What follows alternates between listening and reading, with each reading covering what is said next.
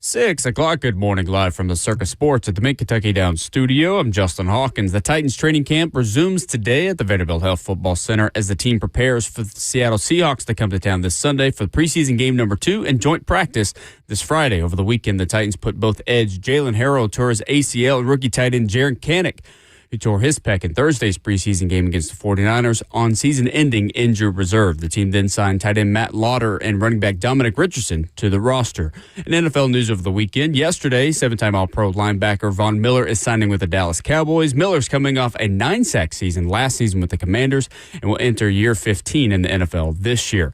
On Saturday, Nashville Soccer Club had a big 4-1 win over Inter Miami with 2 goals from Hani Mukhtar, and Andy Nahar and Sam Surridge tallied on the score sheet as well. Nashville now leads Miami by 5 points for the top spot in the Eastern Conference MLS standings. And Scotty Scheffler won the FedEx St. Jude Championship yesterday in Memphis as he crushed the field, winning by 8 strokes. Scheffler took home $3.6 million in prize money, and he clinched an additional $23 million in bonus money for being number 1 in the FedEx Cup through next week's BMW Championship. For all your foundation repair waterproofing needs, you got to go to USSTN.com. Bring it easy once, and you're home for the Titans and the Vols. This is 104.5 The Zone.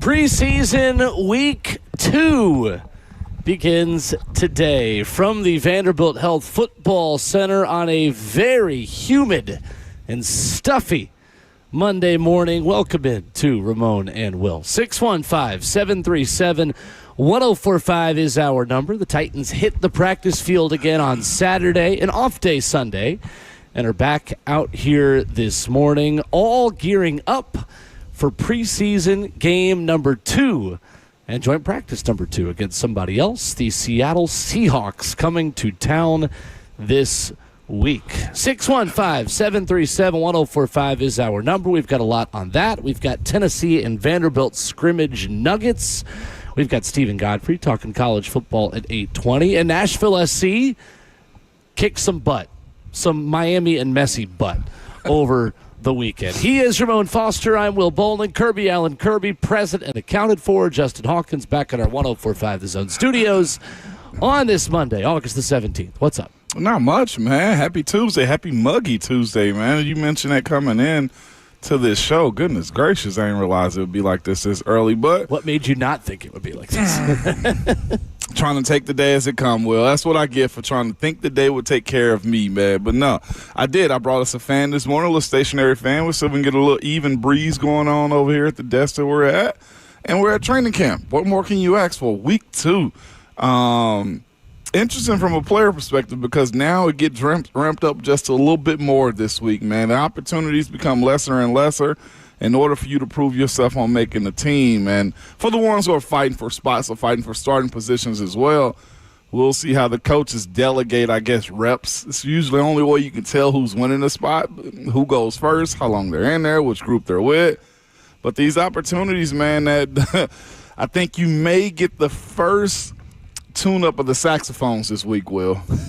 For those who don't know, the saxophones means you're not doing well. Yeah. Yeah, that those who are not on social media very much. I know. Those who are not chronically online. We say these things just because, man. But no, it does. There's a lot that goes into one, either backing up a performance or getting better at what you thought you did the last time around. I always say it's a fun process, but I guess it's fun if you're winning competitions and you feel like you're in the hunt for one of these 53 spots on this team. We have essentially now jumped into the pool, but we are no longer in the water where you can stand up. No, we're Time not. to learn who can swim. No, that is the best way to put it. We are not walking you through anymore. Whatever your routine is, whatever the coach has been asking you to do, it's time to do it. And even more so, too, like I said, I think this team, this time of the year, this week is crucial for Bones Fossil and his group. If you didn't play a whole lot at your position in the first game, Sir, pay more attention to special teams. Get ready to learn special teams, buddy. I promise you. Get ready to tackle if you're a wide receiver, right? These are the things, or be ready to block. If you're a linebacker, these are the things that happen. I know there are updates, of course, on a couple of injuries and stuff like that, too. More opportunity, for guys who are fighting for those spots. If you're looking at, DMR, he's probably in a position right now where that pathway gets a little bit easier. DMR, David Martin Robinson. Yeah. Tight end. But you have Jared Canick that's out for the year right now. And now, what we thought it still is a very highly contested competition in that room. Process of elimination. There's one less that you got to be in a fight for, especially when it comes down to a young guy like Canick that would have been more of a special teams guy probably in his first year until he defines what his role was going to be. But I've seen this happen where guys feel sorry for dudes, and the other side of him is like, yeah, he's out of my way. Like, that's the reality of what this time of the season is. Cam Ward better on Saturday at the Titans practice session here at the Vanderbilt Health Football Center. They were off yesterday. They get back to it a little bit after our show, wrap it up this morning. According to Jim White at TennesseeTitans.com, Cam Ward completed 21 of 25 passes on Saturday, including 5 touchdowns. He threw touchdowns on 3 straight plays, Cam Ward, in a period inside the 10-yard line, including 2 that went to Carnell Tate and another that went to Alec Iomanor. Were you encouraged by Cam Ward's bounce-back performance on Saturday after a shaky preseason game Thursday night? Yeah, I was. On top of the elements, too. It was hot. They went at the heat of the day this past Saturday. 2:30 p.m. practice on Saturday. The amount of focus that has to be had in those type of elements, man, of course, you want to see him learn from what tape is. That's why when you evaluate these situations, it is about the performance, but then it's also about can you elevate it or bounce back from a bad performance. I continually say that to you because it's the build-up. Failure is a part of training camp as well. You want to start stacking days where it's not that much of it, but to hear Cam have a bounce back, and I saw it myself, he was in tune this past Saturday. It was fun kind of watching him delegate the ball across the field too. The one thing that I noticed from him was, man, there was no hesitation in what he was doing. When the ball was snapped, he knew where he was going, either on read 1 or read 2. He was getting rid of it. It was very decisive, and I'm hoping for his sake that carries over into the game. And the other part of that as well, too, is getting settled into home. For the next 6 weeks or so, Will, there's 0 road game. There should be comfortability as far as you working on your own practice field, the schedule that you somewhat set up for yourself, and playing inside a Nissan Stadium for the next month as far as official games. There'll be a gap week, of course, in between all of that, but there will be 4 straight games inside the Nissan Stadium that you can prepare for. And the other part of it, too, is be a couple of night games where the preseason schedule is. So balancing all of that out is what I guess the fan base want to see more than anything. Seattle Seahawks this upcoming Sunday at 7. The Chicago Bears the next Saturday, the 29th at 5. And then you start the first 2 weeks of the regular season at home against the Jets on September the 13th and the Eagles on September 20th.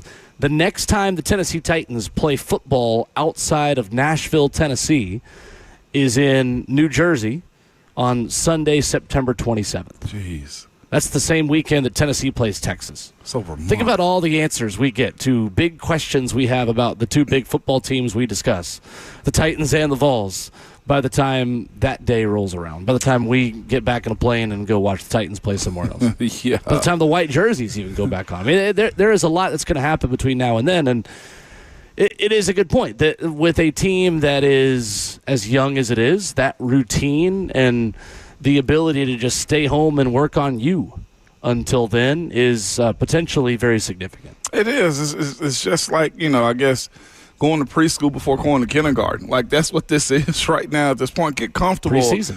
The biggest, I guess, conversation is going to be around Cam's next performance in stadium. Did adrenaline somewhat take over? Will he still have the feeling or actions of being sped up when it comes down to his delivery of footballs in space and how he delegates, where he's going with the football in games and stuff? It's always just there is a difference between practice and the game. And I'm hoping for his, young quarterback career right now that he's figuring out what those levels are. There's nothing wrong with starting too hot. You know how it is. Sometimes you get super eager and ready to go. Next thing you know, you crash and burn as far as like your day goes and stuff like that. I think the same thing could have possibly happened to Cam, where now he's realizing I can't be at this level if I'm going to be successful out here on game day. And I think the bigger question for me, the case. I think the bigger question for me is this Titans secondary making him look good, or is he really making major improvements? I want to ask this question to the people, and we'll spend more time on this later in the show, but I'll go ahead and put the Twitter poll out here in a second. What concerns you more, offensive line or secondary on this Titans team right now? Because when you give up 12 of 14 passing to Curtis Rourke, and your ones are on the field against the San Francisco 49ers backups, and then you come back after that, and Cam Ward, who doesn't look great in a preseason game, all of a sudden is 21 of 25 with 5 touchdown passes in a practice session. It's hard to judge progress for Cam Ward when the real story might be, is this secondary the team's biggest weakness?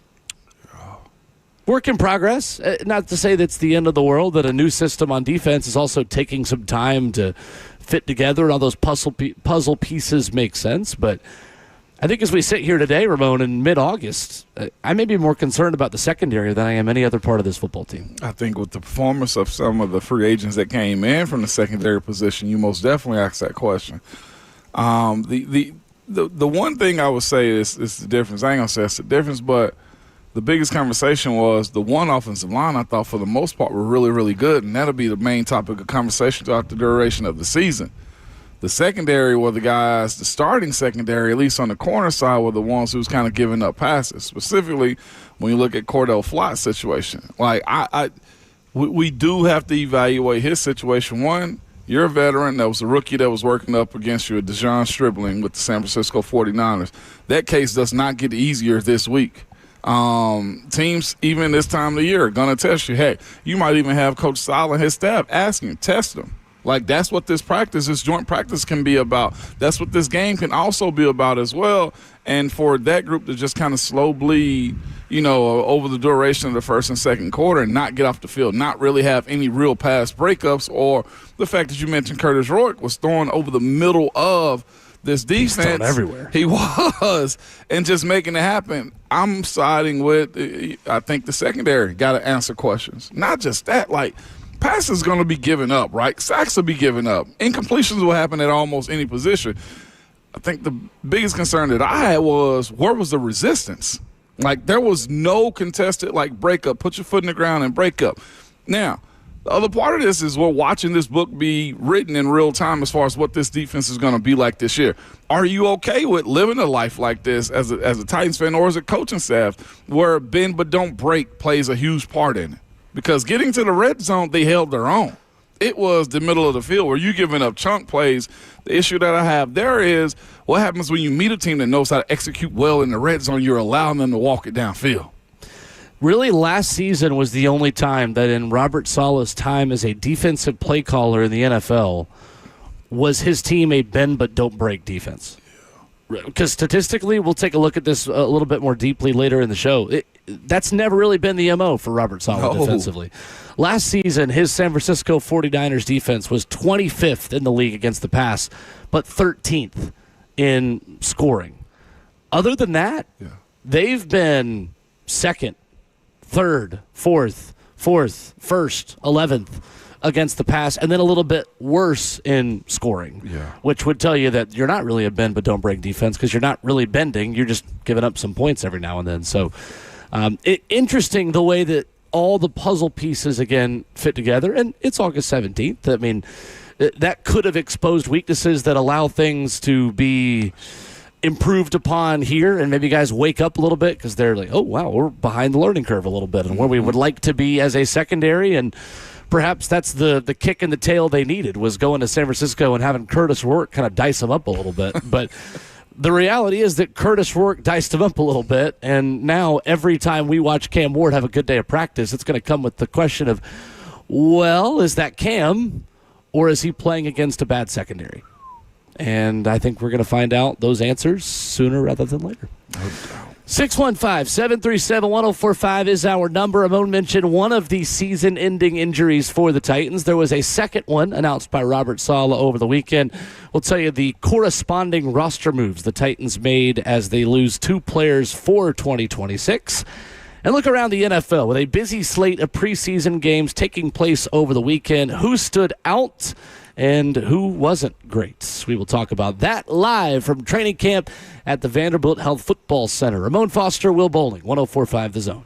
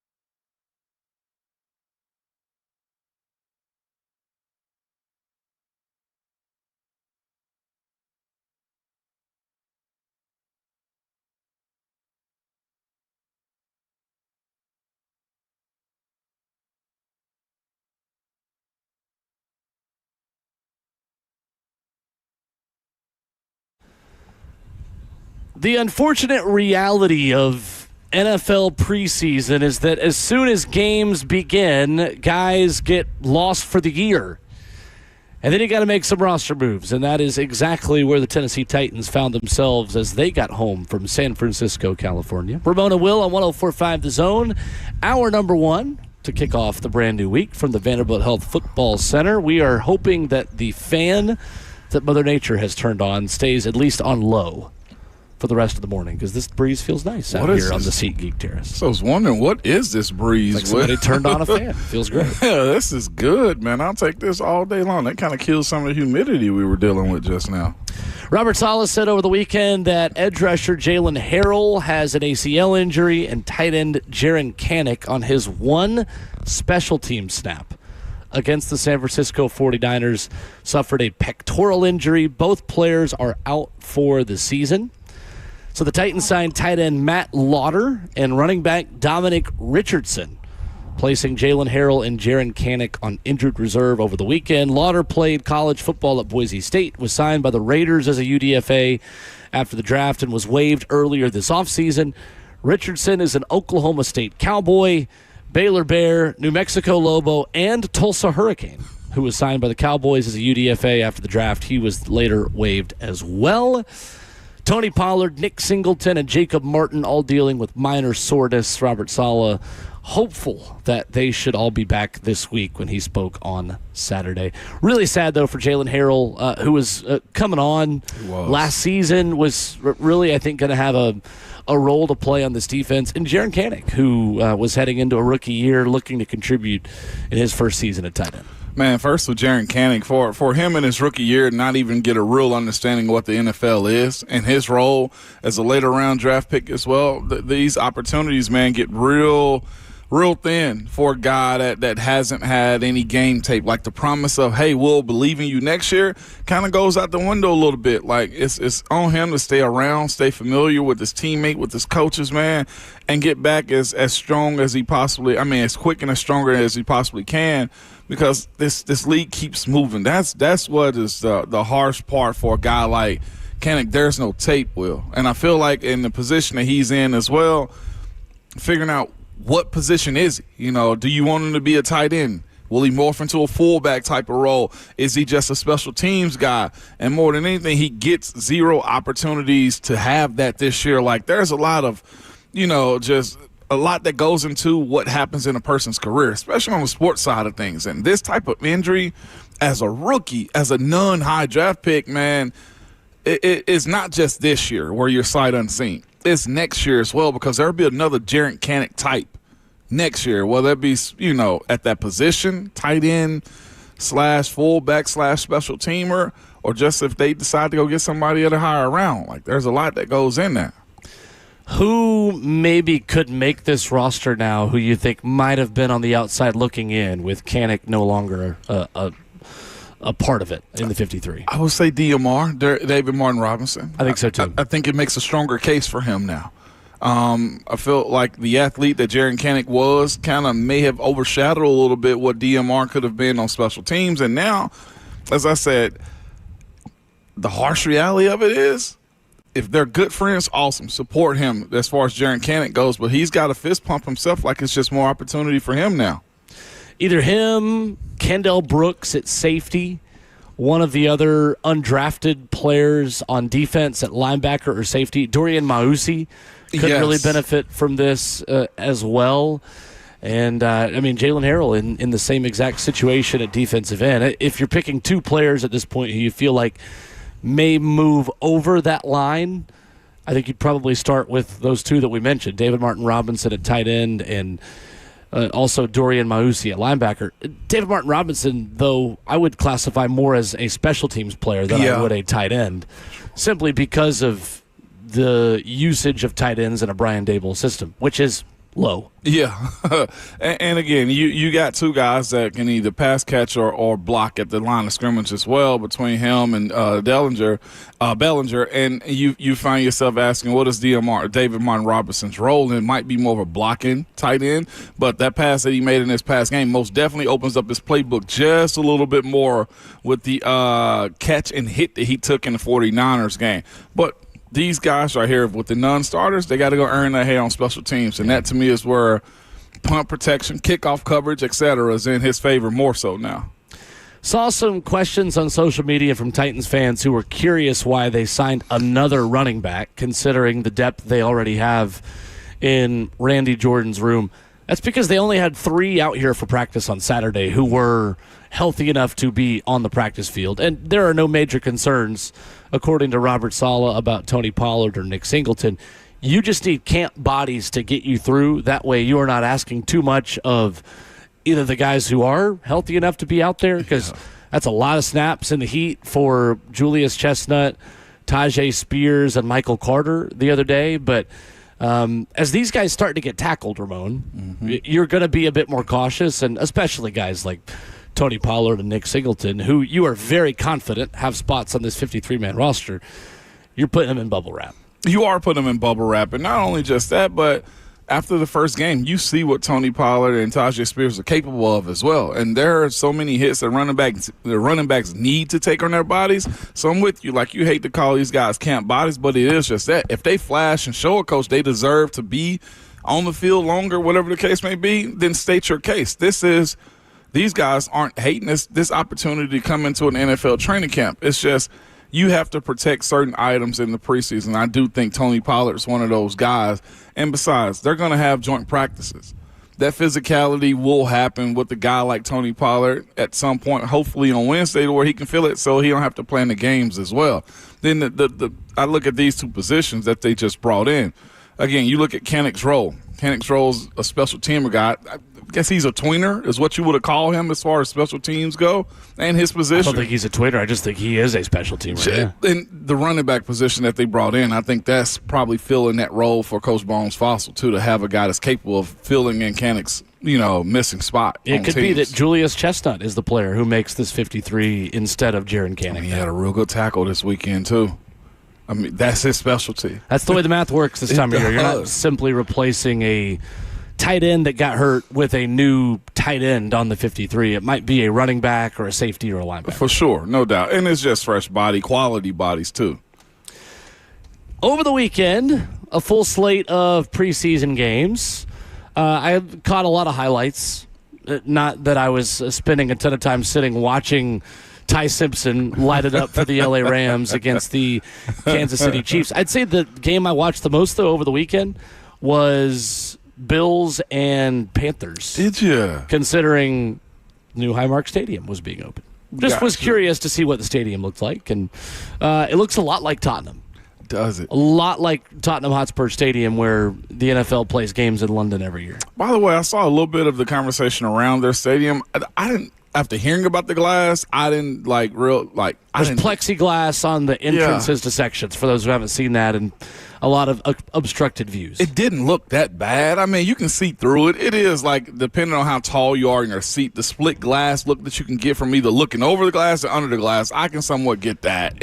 Just think about, though, investing thousands of dollars in tickets in a new stadium, and you've had about a 3 or 4 year buildup toward finally getting to see that view in person. And you get there, and there's something in your way.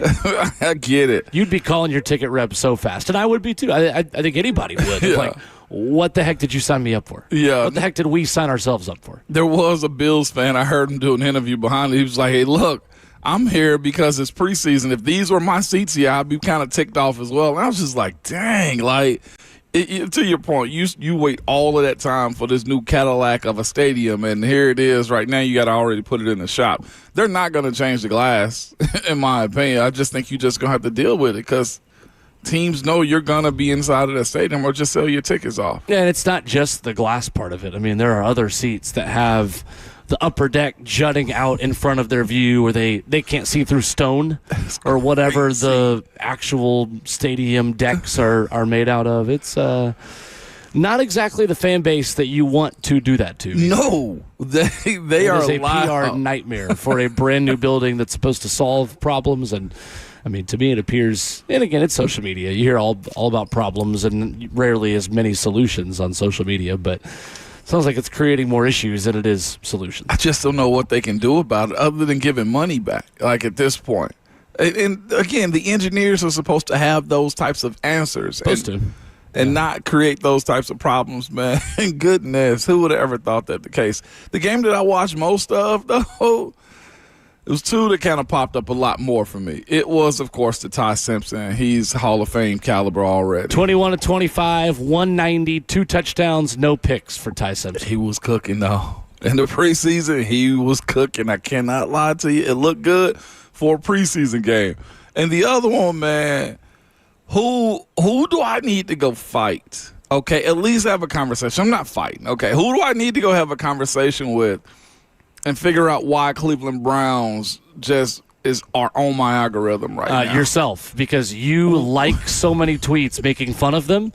You click on videos that show highlights of them because you are laughing at how bad they are. You constantly reply to people about the Cleveland Browns on social media because they fascinate you. Yourself, you interact with Browns content all the time. That's why the Twitter algorithm is constantly giving you Cleveland content. I'm gonna you got to hit those down. 3 buttons and say not interested in this post more often if you don't want to see their stuff. I won't lie to you. I'm in now. You are 100%. You always have been in. You hate them. I don't need it this much, man. I'm getting conversation from regular people talking about our GOAT did good, and I'm like, which one? Our GOAT? Oh. It Cleveland is, just traded its GOAT to the LA Rams. brother. The Shador and Deshaun Watson conversation is by far the best thing going on right now. Are there people who like Deshaun Watson on the internet? Yes, they love him. Are there really? They are of the mindset. That sounds like people that might just hate Shador Sanders enough to convince themselves they have some sort of affinity for Deshaun. I'm getting both of it. And they Tell are. me they're massaging his ego. They hate Mary Kay Cabot as well. Like, they hate her write-ups that she does for them. No, it is rich right now. It is me. I'm the one that set this up because I laugh at it. I'm laughing at it right now, man. But I did see some of the game. I ended up having to leave, though, by the time we came out here for Saturday's practice. I watched a series of Shadors a little bit after the second half. And he looked fine. I didn't see the conversation. Well, I didn't see the play live on the pick, but that was one of those plays. It's just overthrow. But he had a decent description of what he thought. He was like, this is anybody, though, that messes up. He said his intent was right. He was throwing in the right direction. Ah, nice. The ball just kind of sailed that's okay home. Then, Shador. You're good, man. The intent was there. You can throw it to the other team, but if your intent's right, we forgive you, man. You know what they say? The road to hell is paved on good intentions. So you better look at Kirby. Just got an amen from Kirby in the back of the congregation. So the good Lord pass the plate in a minute, Kirby. It still is an interception, though, and just hearing their back and forths about it, and some people were glad that Shador said what he said, and some people hate it. It's like, yeah, well, you still suck. And I was just like, they have a bad fan base. What is more divisive on social media, conversation about Shador Sanders or the WNBA? Yes. Yes. Probably a lot of the same people also with strong opinions on both sides. It is, bro. Who aren't actually watching the product either. They're not. I imagine that most of the folks who are commenting about Shador Sanders probably didn't watch a second of his game other than maybe a clip on Twitter of his interception. That was it. Against the Chicago Bears. I actually watched. He did look good early on. And like I said, I missed the interception. People were breaking down his hand. Like where he put like his finger at the top of the ball instead of like around. What are you act so surprised? Because why is this coming to my algorithm? Everybody man? watches film and everyone's an expert. This is so true. Yeah. You're so real for that, man. 34-10, Bears over the Browns. The player who really did stand out to me in watching some of that game, rookie wide receiver Casey Concepcion for Cleveland. 31-yard punt return. 3 catches for 27 yards. He scored his first NFL preseason touchdown on a 14-yard jet sweep for Todd Monken's Cleveland Browns. Both Deshaun Watson and Shador Sanders with turnovers. But the positive headline that comes out of this for Cleveland is the fact that Casey Concepcion looks really fun with the football in his hand. He does, man. And that end around that he scored on, too, it was a lot of grit. He finished that one strong as well, man. For a guy his size, he fought through that tackle and ended up making that a positive play for the Cleveland Browns.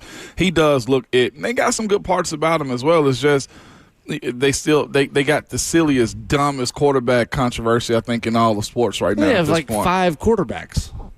Yeah, I mean, that's what happens when you draft 2 in the same draft class like you did last year, and then your your broken quarterback from some of his own mistakes is back in Deshaun Watson. And then here's Talon Green and Dylan Gabriel. I mean, and Todd Monken to me feels very much like David Culley felt in one season as the head coach of the Houston Texans. Like, he's old enough that if you don't see signs of progress, you could quickly pull the plug on him as the leader of your franchise. For sure. If things don't go well and you don't see improvement at the quarterback position this year. Yeah. I mean, it did work for Houston because they quickly found themselves with DeMeco Ryans, and because of Deshaun Watson and that trade and how much they recuperated from him, but now all of a sudden they may be the best team in the AFC. So I mean, and then the other, can't totally knock it. You cannot not. No, absolutely not. And the other part, though, too, is if Shador does win the starting position, which I don't think they're going to. It seems like Todd Monken is propping up Deshaun Watson in his post-game pressers and stuff like that, and when he rehashes the game. But we could get Cam versus Shador 2.0 because I don't think Deshaun's going to start the entire season. Like, that's why I think this conversation is relevant, because the Titans will play the Browns again this year. So Joe Flacco's still out there. Go bring him back. Oh, don't Round do that. 3. Oh, my gosh, don't do that. The Tampa Bay Buccaneers beat the New York Jets 24-16. That headline less significant than the big headline about the starting quarterback of the New York Jets, who was held out of this game. Geno Smith ruled out as a precaution with an ankle injury. That allowed Cade Klubnik to get more of an opportunity, and he looked okay. He did. Against the Tampa Bay Bucs backups. Cade Klubnik, 5 of 7 for 56 yards. He hit Garrett Wilson for 2 third-down conversions, and all of a sudden, the Tennessee Titans' Week 1 opponent has an injury to their starting quarterback in Geno Smith. Apparently not a big deal. One of those where they're calming nerves of New York media saying, well, if it was regular season, he would have played and it would have been fine. But any quarterback in their 30s held out of anything that they were originally supposed to do gets my radar up just a little bit, even in the middle of August. Man, you telling me Geno has an ankle issue, a mild one, whatever it is, you know what that tells me? For a guy that's not, I don't want to say overly mobile, but shouldn't be in positions in which he's hurting his ankles, because I do think he's a good enough athlete. He's not getting hit. Well, I would think his offensive line got pushed in his lap. Like, that's immediately what comes to mind for me in the situation where a quarterback has an ankle issue, but he's not a runner, and I doggone know you cannot hit him in practice. Well, it seems to me that his offensive line got mushed in his face, and next thing you know, probably stepped on his foot or on his ankle or something, man. So I would say that's a positive for the Titans coming up in Week 1. Number 2 overall pick, David Bailey, made his preseason debut for the Jets. He had 1 tackle and 1 quarterback pressure in 8 snaps. He was double-teamed on 3 of his 6 pass rushes. Man, it's a threat. That's going to be the norm, especially as long as Devondre Sweat remains unavailable for the New York Jets. And if you're a Jets fan listening, get used to that. That's tough. Yeah, absolutely. Get used to that. Especially when you're the only premier rusher that they have on the field at the time, too. Double teams galore, sir. You get 1, and you will only get 1. 615-737-1045 is our number. We stream the show live for you on 1045 The Zone TV. That's Facebook Live, YouTube, Twitter, or Twitch. You can join the community of over 20,000 subscribed to the 1045 The Zone YouTube channel. Coming up, Nashville Soccer Club gave Lionel Messi and Inter Miami a butt-kicking on Saturday night in Nashville. And we will tell you about it with a big smile on my face coming up next.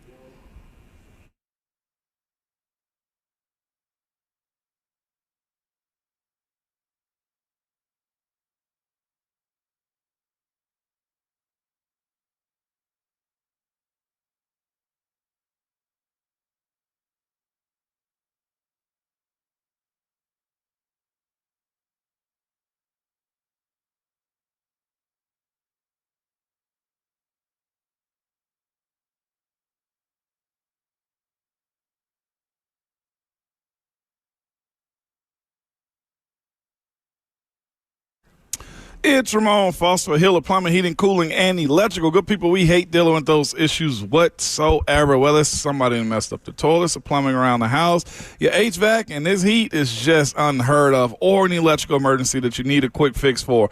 Most of the time, you don't know what it will cost you. if it'll get fixed, right? Or if somebody's trying to sell you something you don't need. I do know this. When you reach out to Hiller, the experts, they solve your problems quickly because they're pros at it. And the price you told is the price that you'll actually pay with no hidden fees or surprises whatsoever on your bill. Hiller has been in business for over 35 years, and they are family owned and operated. Their techs are very professional, experienced, and they're also trustworthy. And when they're on their way, you receive a photo of the tech and a link to track them in real time, so you're not sitting around wasting your time. They believe in 100% satisfaction guarantee every single time they do work in or around your house. Their motto is, and they believe in it, happy you'll be or the service is free. If you're not satisfied with the work that Hiller does, they will simply try to fix it as best they can or give you your money back. To learn more, head over to happyhiller.com.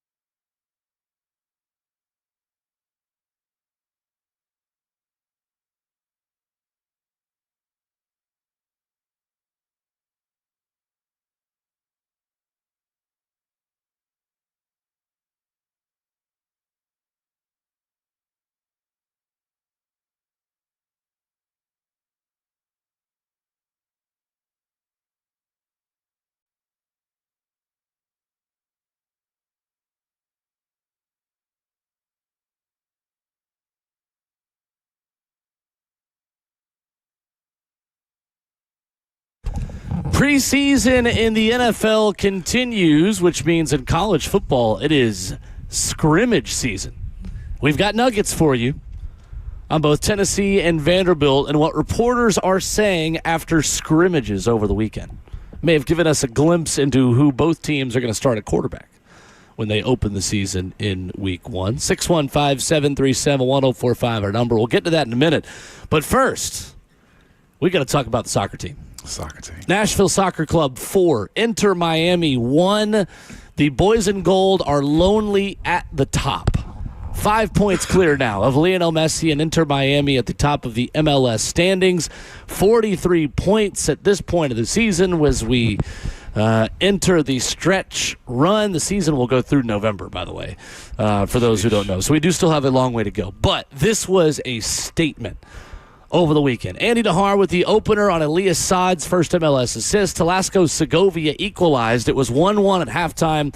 Saad with another assist, finding Hani Mukhtar, who slotted home for his first goal of the night.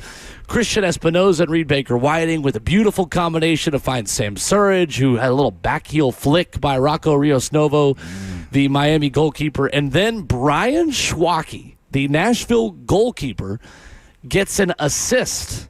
The third goalkeeper assist in Nashville SC history in over 300 games of history.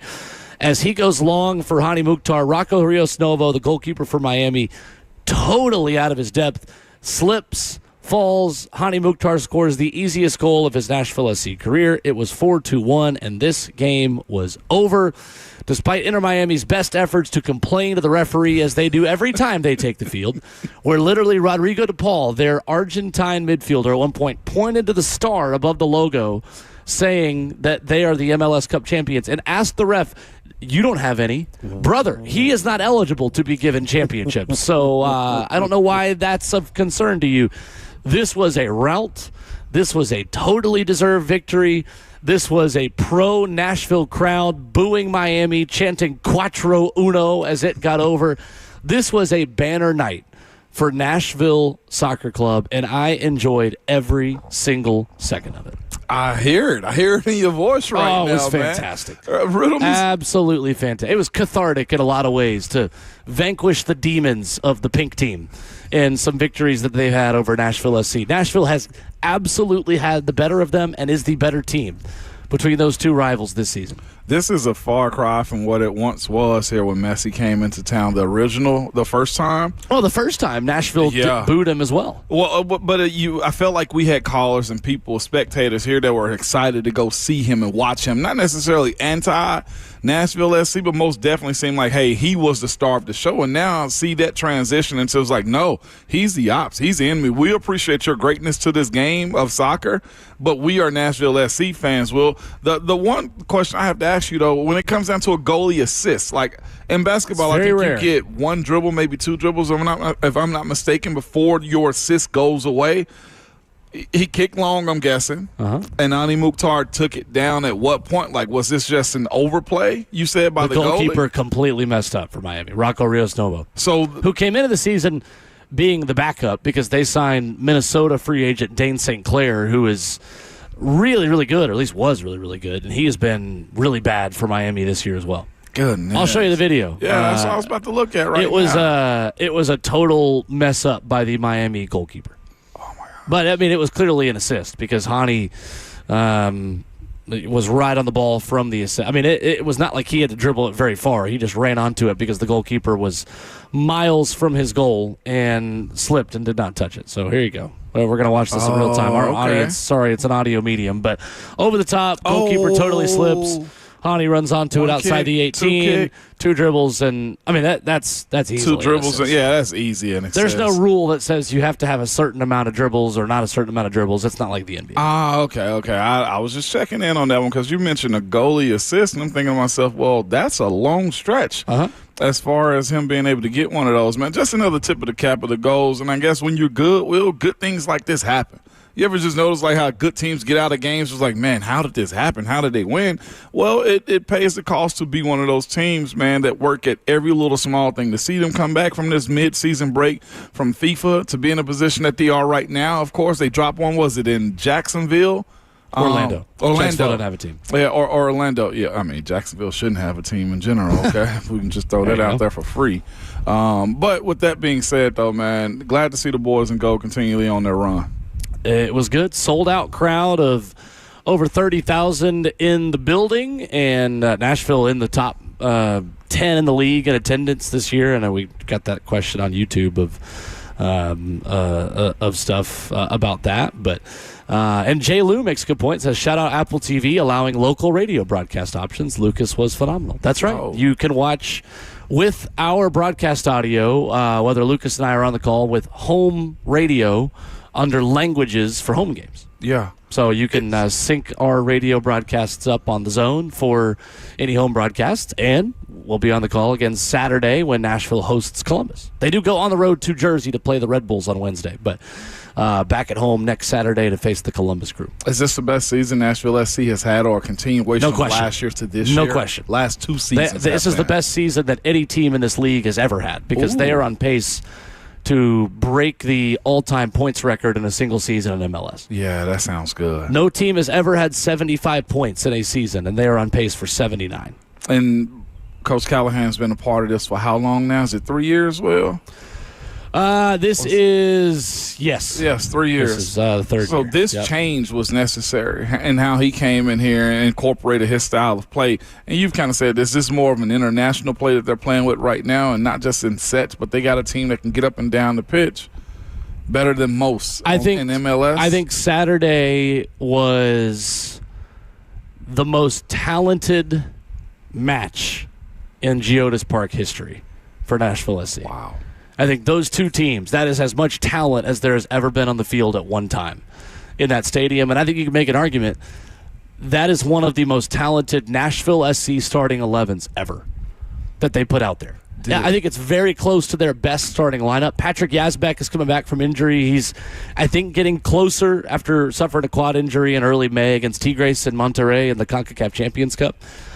But that front four that Nashville put out there of Elias Saad, the new left winger, who had 2 assists in this game, Christian Espinoza on the right, one of the all-time great passers of the ball from the wing position in Major League Soccer history. Mm-hmm. He's San Jose's club record assist getter.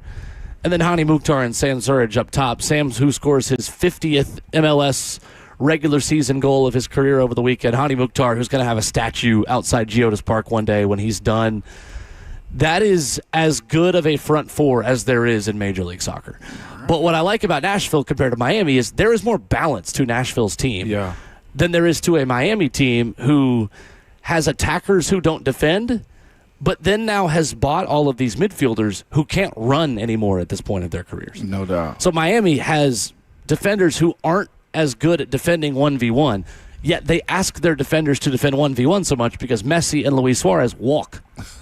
They don't play defense, and nor do you really want them to. Like, that's not the issue. But if you're going to have players like that, if you're Miami, it would make a lot of sense to have midfielders that can cover a ton of the green grass that they are then vacating. Yeah, and what do? But they go sign Casemiro, who's been one of the slowest players in England for the last 5 years and basically retired as a Manchester United player years ago and is the definition of mid for his team. But even with the good things that he does, he is one of the slowest players in Major League Soccer and playing next to another player retiring in Rodrigo de Paul, who is toward the end of his career. So you are asking 5 or 6 players in the rest of your midfield and back line to cover a ton of grass because half the team is either slow or doesn't care about defending. That's tough. We'll take it. It plays straight into the way Nashville wants to play. You make those players run. You make them defend. You be aggressive with the ball. You make forward runs. And you box them in to the extent that they can't ping passes together and get the ball toward Messi and Suarez. Messi had 11, I believe, it was either 10 or 11 shot attempts in this game, but only 2 of them actually needed to be saved that were on target. Who's Nashville SC's biggest challenge? Miami. Miami is? It's still Miami. Yeah, no, that's the point. Jeez. They just beat their biggest challenger 4-1 and easily could have had 5 or 6 in this game. Yeah, okay. Now they're completely dominant. It was a really, really fun weekend at the Castle. 615-737-1045, our number. Spain 1998 on YouTube says Ramon knows soccer is a snooze fest. You've been very pro I enjoy soccer. Yeah. Absolutely, very pro soccer. I He's enjoy trying it, to put words in your mouth. And the World Cup was phenomenal this year too. By the way, I'm being outed on social media as well. Galen writes in and says, Will was sitting behind me at the game Saturday. Can confirm the excitement in his voice at Ramon Will. Absolutely. you said you were going to have that type of attitude. I was walking out, and this guy who listens to our show goes, "Oh, you're Will, man. I recognize your voice. That chanting is leaving the stadium." And I said, "Yeah, I probably should be on better behavior." He said, "No, we win like that. I'll join you." I said, "You know what? Good." And I gave his son a fist bump too. I was like, "I'm proud of you. You're wearing the right colors." Because there are a lot of kids. Yeah. There are a lot of kids at the stadium wearing pink, wearing Messi jerseys. I looked at Peyton. Our kids will never. Our kids will never. Parents, we got to be better parents. We can't be dressing our kids up like Messi. We got to be dressing up like winners. Winners in gold and blue. 2 times over, baby. Yeah, Let's go. We got to be dressed up like winners. 615-737-1045. We've got nuggets for you. Tennessee and Vanderbilt with scrimmages, and 2 quarterbacks are emerging in both quarterback battles. We'll discuss next.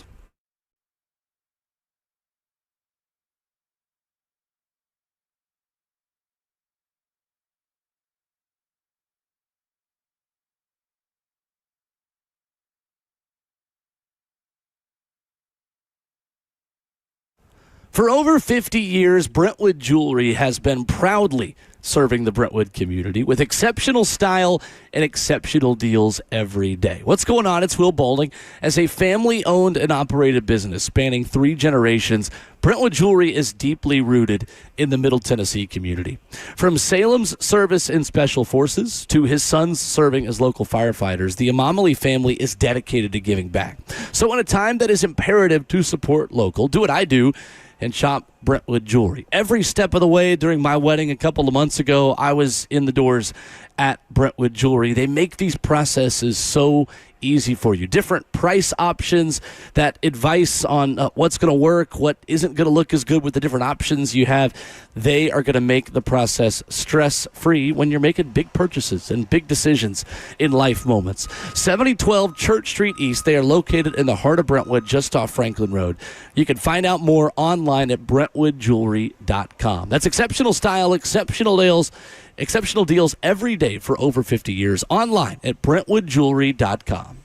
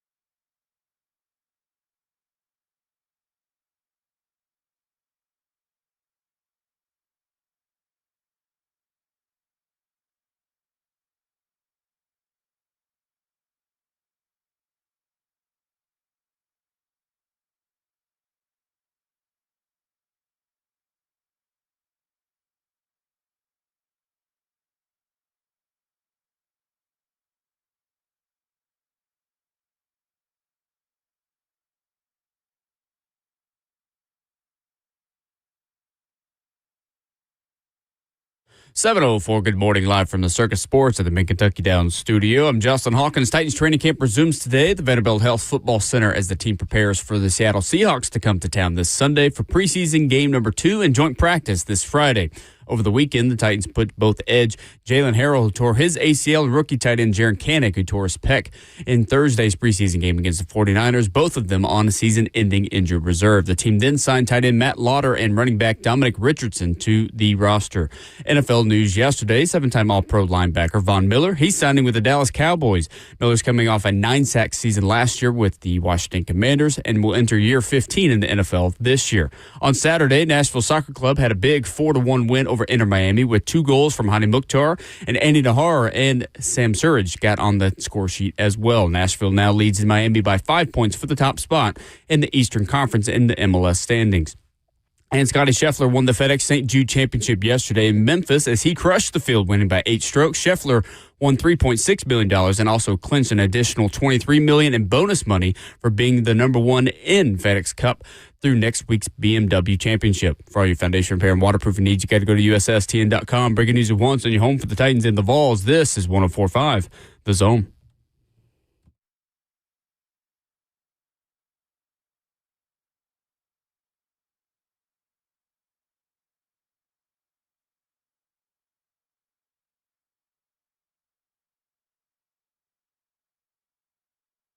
Hour number 2 of the program off and running on this Monday morning. He's Ramon Foster. I am Will Bowling. Glad you are with us. And you hope you had a good weekend. 615-737-1045 is our number. We stream the show live for you on 1045 The Zone TV with our lovely faces for radio.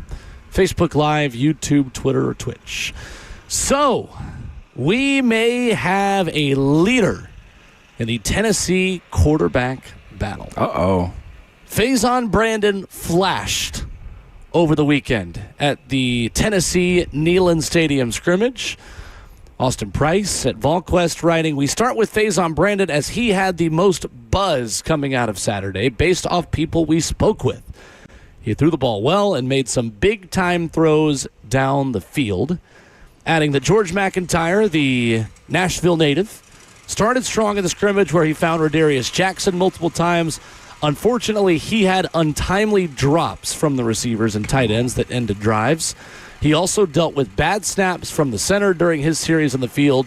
He was also picked off by Arion Carter. There is video of this interception on the Vol Football social media.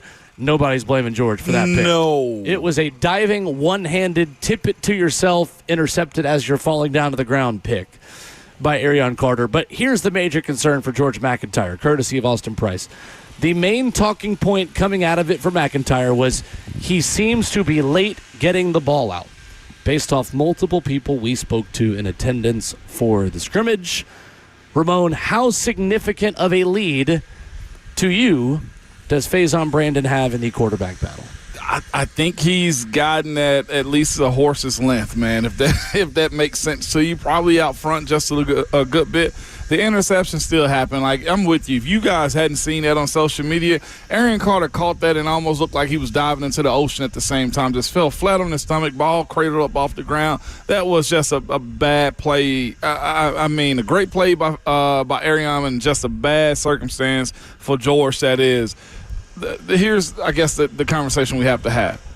Last year, Joey Aguilar wasn't a number one quarterback coming out of the first scrimmage. Well, he was the number 1 quarterback, but he was bad, though. He was bad. In the first scrimmage. It wasn't good, things. Yes. And that's where, like, the timing conversation, right, that comes up when you speak about George McIntyre, just the accuracy of what he's doing as well as a quarterback. He gets another one. The second big scrimmage will determine even more going into it, Will. So it's not all done, but I would most definitely say Faison probably has a favorable lead at this point in time, especially when the conversations the conversations coming from his teammates. That's what Hubs is telling us, like, from people in the know. The know are the teammates that are speaking to him probably off to the side or just answering questions that he's asking about who performed well. Folks, yeah, they're getting their information from a lot of people. A ton of sources. That's why they're the best of the best. It's interesting the way this has all kind of gone down because it has felt like the narrative has not necessarily always been rooted in reality. Meaning that on social media, the reports, all this stuff has said for months, Faison. It's going to be Faison. Yeah. I don't know if that was ever 100% reality, though, because it was always going to come down to these two scrimmages. It was. But there may have also been some truth in that narrative that Faison Brandon has done enough to make this a complete toss-up. And I agree with you. I think the second scrimmage is the more important one. Yep. Because how do you respond to this first one as you get closer into game week prep? But at this point, I think it is a very safe bet to assume that Faison Brandon will probably be the starting quarterback against Furman for Tennessee. If we're still hearing these reports about George holding on to the ball a little bit too long and just not letting it rip, I think that's going to ultimately decide this in Faison's favor. Which is fascinating because George McIntyre has been a lifetime quarterback for the most part. I'm not sure if he played. I mean, but I'm just talking about the timing component. Like George has the arm. It's not like he's got to think about letting the ball go. He's been in the offense, so you got to kind of understand that part. Now, the other question goes into which unit is he playing with as well as far as wide receiver talent goes. But it's on the quarterback also to elevate those guys up. So it's not the impossible task that George is facing in this competition. It's just that when you have a guy that's played the way it's been reported in Faison, that's kind of hard to get over mentally if you're not, I ain't gonna say if he's not built like that, but you got to see what he's made of kind of moving forward at this point. Nobody wants to lose this spot. Nobody wants to be the second guy behind it. But I guess the beautiful part of it is each year the Vols have had to use a backup in some capacity. It's on George to stay locked in if it's not his role and be ready when his number is called, too. That's true. I mean, at this point, they're both going to play against Furman. Yeah. I mean, I think Brent Doherty said on 3HL, he always knows the line of things, and he said the other day that Tennessee is like a 45.5-point favorite on Furman. I mean, we're going to see probably Ryan Staub. Yeah, no doubt. Against Furman. I don't know if we should, but there is a world we could live in there. But we'll see. I mean, it depends on how much those drops were on receivers he was playing with, and obviously we weren't there. We didn't see the scrimmage, but how much does the coaching staff hold George accountable for that, if at all? Remains to be seen. But now is a big, big moment for the Tennessee tenure of George McIntyre, because if he is going to be a Vol long term, the comeback has got to start over these next couple of weeks. And that, I think, is what has been so interesting, is that at first, to Brent Hubbs' point on Friday, it was Faison Brandon seen as the guy with nothing to lose. Yeah. And for reality or for not, narratives have started to hand this job to Faison Brandon. Well, now it feels like his job to lose. It does. So how does he respond to that? How does George McIntyre respond now? Does he get more of that gunslinger mentality? Because, look, man, I probably am already on the outside looking into this job. I got to go down swinging. I got to start making some throws down the field, because if I keep playing the way I'm playing, I'm not going to be the guy. So he's got to do something now to take the job back, and whether or not it's enough remains to be seen. But second scrimmage has got to be a lot better, it sounds like, for George McIntyre, and probably even a lot worse for Faison Brandon in order for George to be the starting quarterback when Tennessee hosts Furman. And then the other part of it, this is stuff that he can control. Other than the botch snap, I wonder who was it. I wonder, was it Nick Moore, or I don't know who it was, but I know he's new at playing that position. And as far as getting, he's a lefty that snaps the ball. Sam Pendleton, who's the starter. It better not be Sam Pendleton at this point. I don't think he's really had those types of issues. But, of course, I'm thinking about George and which team he could have been working with. And usually in those situations, man, it's usually with a young guy to have bad snaps from time to time. But either way, that can't happen either. That concerns me almost more than the quarterback throwing an interception and stuff. And the other part, though, too, and I think people realizing, okay, you can have talent, but as far as computing and being the guy that coaches need on each and every play is what this is all about, in my opinion, because, again, this offense is somewhat predicated on timing, getting the ball out. And then you think about the teams that you're playing this year. They're all going to have good corners or at least good defenses, where the operation as an offense is where you got to start taking advantage. If it is get a first down on the ball, you can't be slow in your operation as well. These wide receivers have their times in their head in which they're going to break, when they're going to come back to the ball, and when they expect the ball as well. This is a fixable thing for George McIntyre. I'm looking forward to seeing what the practice reports are going to be and how does he do in this second scrimmage. Well, I love it if it's fixable, but unfortunately, Ramon, we've been hearing these same reports about George for months. This has been the weakness through spring ball. He's got to let it rip. I mean, how many times have Hubbs and Austin said that? At some point. It's going to get fixed. It needs to get fixed now. It needs to get fixed now. And that's why I'm saying it's on him to understand this and get to the point in which he just says, screw it. Like, you don't say screw it and just be reckless with the ball.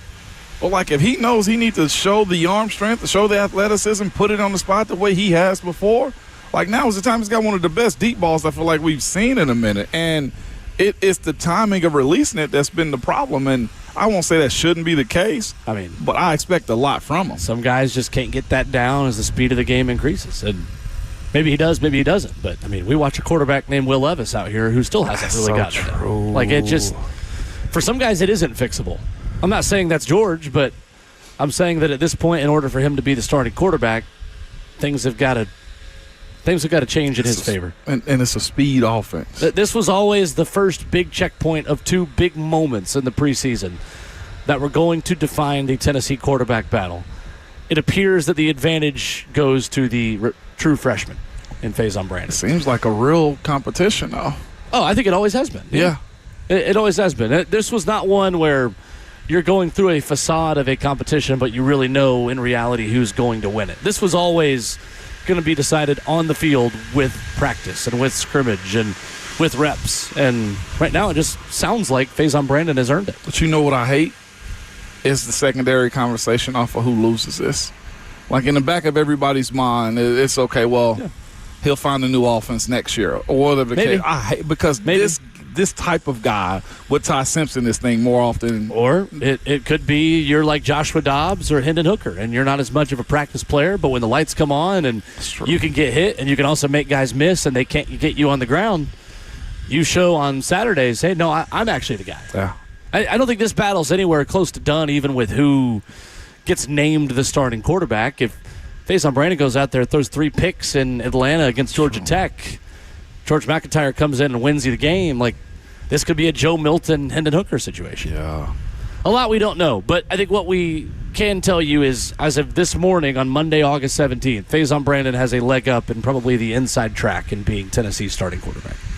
I think that's a safe statement to make at this point. It is. We can also tell you that Jared Curtis had a good day at Vanderbilt's scrimmage on Saturday. Pete Nakos says that On3 was present for this scrimmage, that Jared Curtis had an impressive touchdown pass on the run. He also rushed for a score in a non-contact jersey, they add, and threw an interception on a broken-up pass. Clark Lee tells On3 post-practice, I thought both guys had moments.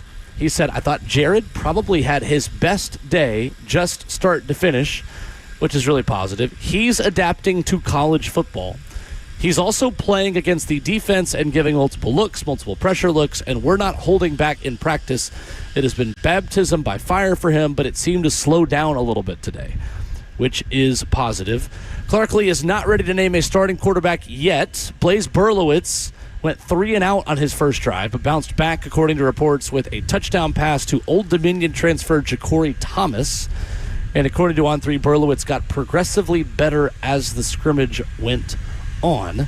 Sources tell On3 seeing both play against Austin Peay in Week 1 would not come as a surprise. Yeah, I almost feel like it's Jared Curtis' spot to lose to in this situation right here. Of course, Blaise Berlowitz, I mean, he plays a part in it to push the young fella, and I don't think they want to hand this thing over to Jared Curtis just outright. He's been given everything so far, and I'm not meaning in his career. I just mean as far as NIL, being able to flip from Georgia to Vanderbilt, and I'm sure all that it took to get him here. So earning this position is probably at top of Clark Lee's mind. And again, too, like I said, the interception that he said that happened in that practice, like, you kind of want to see that and how he rattles back from that as well. So I think Vandy's in good hands with Curtis. I kind of want to see how that career goes and how they continue to surround him. It's a really different dynamic in Vanderbilt's battle than in Tennessee's, because Blaise Berlowitz has years of experience in Tim Beck and Jerry Kill's system, going back to their time at New Mexico State. I think this is a world where you could see a 2-quarterback system, and you could see a guy come in and run the kind of stuff they were running with Diego Pavia, a guy who is mobile, who is athletic the way Blaise Berlowitz is, versus Jared Curtis, who I think they're going to run a different offense forward who doesn't have that experience, who isn't more of a just pure runner. I mean, Jared can run. He is an outstanding athlete, but Jared Curtis is in there to throw the football and maybe do less of the RPO kind of stuff that they built for Pavia and for Berlowitz. So I'm really fascinated to see what that looks like, because Jared Curtis is going to have a massive step up from D2 single A football to SEC football. Just a world of a difference in competition level. And I think Vanderbilt fans have got to be really patient with some of the growing pains that you may get from Jared, who is, again, supremely talented, not taking anything away from him. Yeah, no doubt. I do want to see what he looks like, though, with that physicality. I personally go the opposite direction. I think they will try to use him the same way that they use Pavia, because Jared Curtis is a little thicker. And he ran the ball a little bit on quarterback draws and stuff like that in high school. I don't think he fully gets away from it. I just want to see how he takes a hit. Now, that part of it will most definitely. It's the taking hits, and it's also you've got a guy who is trying to get through the 100 level of the offense. Berlowitz and Pavia are master's level students. That's my point. No You're doubt. not going to ask the same things of Jared Curtis that you asked of Diego Pavia. And Curtis, I would say, I mean, it's the same thing you would tell Faison or George McIntyre. These guys are a lot bigger than your high school linemen. Like, taking a hit from them. Jared Curtis was big enough to play lineman in Division II single A. And there's a lot of really good football in D2 single A. Again, I don't want to be disrespectful to a lot of kids that are really good at football, and Jeff Brothers, and that program is outstanding. Absolutely. That was not a one-man team at Nashville Christian. They were a juggernaut last year. You go beat Innsworth in their building, absolutely. Then you're not a one-man team. You got to have a full football team. So not taking anything away from that team or from some really good football that's played in that class, but I mean, any division in Tennessee as a true freshman, no doubt, you are making a leap from high school to the college level. 615-737-1045. I'll tell you what Robert Saleh said after a Titans practice Saturday from the Vanderbilt Health Football Center, coming up after this.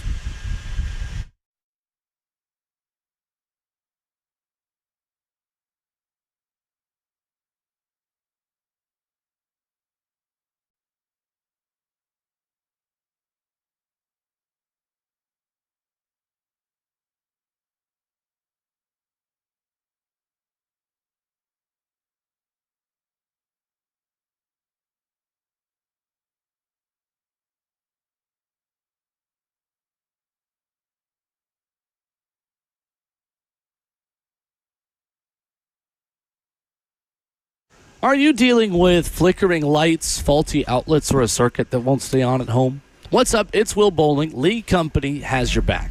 Lee Company's award-winning team of electricians handle it all, from routine repairs and fixture upgrades to whole home generators. Available 24/7.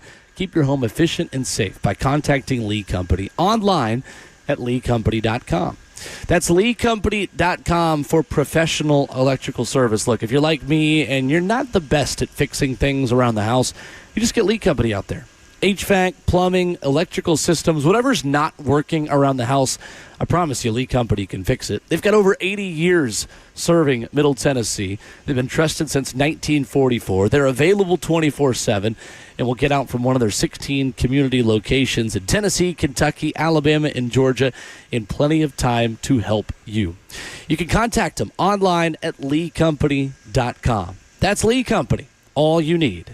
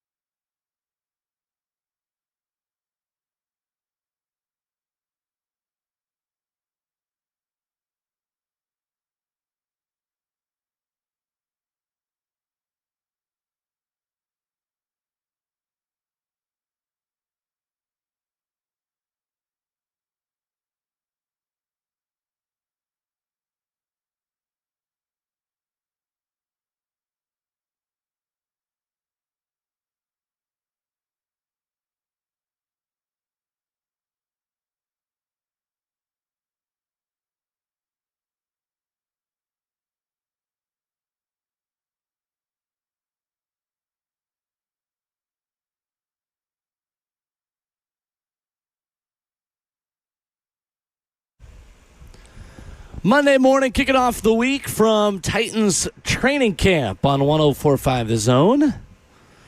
Ramon Foster, Will Bowling. Ramon Will live from the Vanderbilt Health Football Center. 615-737-1045, our number. Let's go to the phones. Justin, is Kevin still on the line? He sure is. Let's go to Kevin in Hopkinsville. What's up, Kevin? How are you? Morning, Kevin. Hey, good morning, gentlemen. How you doing? Good. Good. I have a sneaking suspicion, and I hope I'm wrong, but I believe the Titans will be looking for another quarterback next year, especially if things get off to a rough start. I wondered if y'all could think about something or discuss. Do you think that maybe Callahan has retarded Ward's throat somewhere? All right. Hey, come on. Justin, hang up on him. Yeah, Hang come up on on, him. Kevin. We're not doing that. We're not doing that. This We are never going to do that. we can't do that. I know people have tried to normalize that No, word. we're not saying that word in that context. We just Not on can't. this show. You sound like a smart guy. So many other different words you could have used. We're not going to do that. You know, your teachers used to say, "Don't call somebody stupid." Like you could at least say stupid, like or dumb, or just not smart. Let's be emotionally intelligent enough to choose a better word. Yeah. No, we're not doing that. We Just can't even zero tolerance. We can't even discuss your conversation right now, Kevin, because you just. I know in your group chat, like that's normal, but we can't do that over the radio. Shouldn't even be sir. normal there either. No, it's become more normal. I know. Yeah. I know. Yeah, the point is already a wild one to say we need a new quarterback next year without knowing what happens this year. So Yeah. there is no world in which you are basing an opinion about we need a new quarterback next year based off of one preseason game. So I won't even pretend to know where Kevin was going to land on that because I have no clue how you could come to that conclusion today Yeah. No. on August the 17th. To even try to discuss it, though, here's the thing that we have to do in sports and in football. Where you are as a rookie is not where you want to be as a sophomore or second-year player, third-year player, et cetera, et cetera. Like we've I feel like in sports have just gravitated to the everybody's got to start, so I need one moment, and we don't allow our guys to kind of grow up in a sense. Like watching Femi Oladejo this past weekend, I feel like took a step in the right direction. Like we're watching young quarterbacks around the league be given time and be put in situations in which they grow. I look at, of course, Bryce Young. I think is the one that stands out the most. Or Caleb Williams as well. Like these guys are given opportunities to grow, and like the right offense, the right coaching, and teammates help in that situation as well. What we do know is this: Cam has experienced coaches around him, more experienced coaches this time around the sun.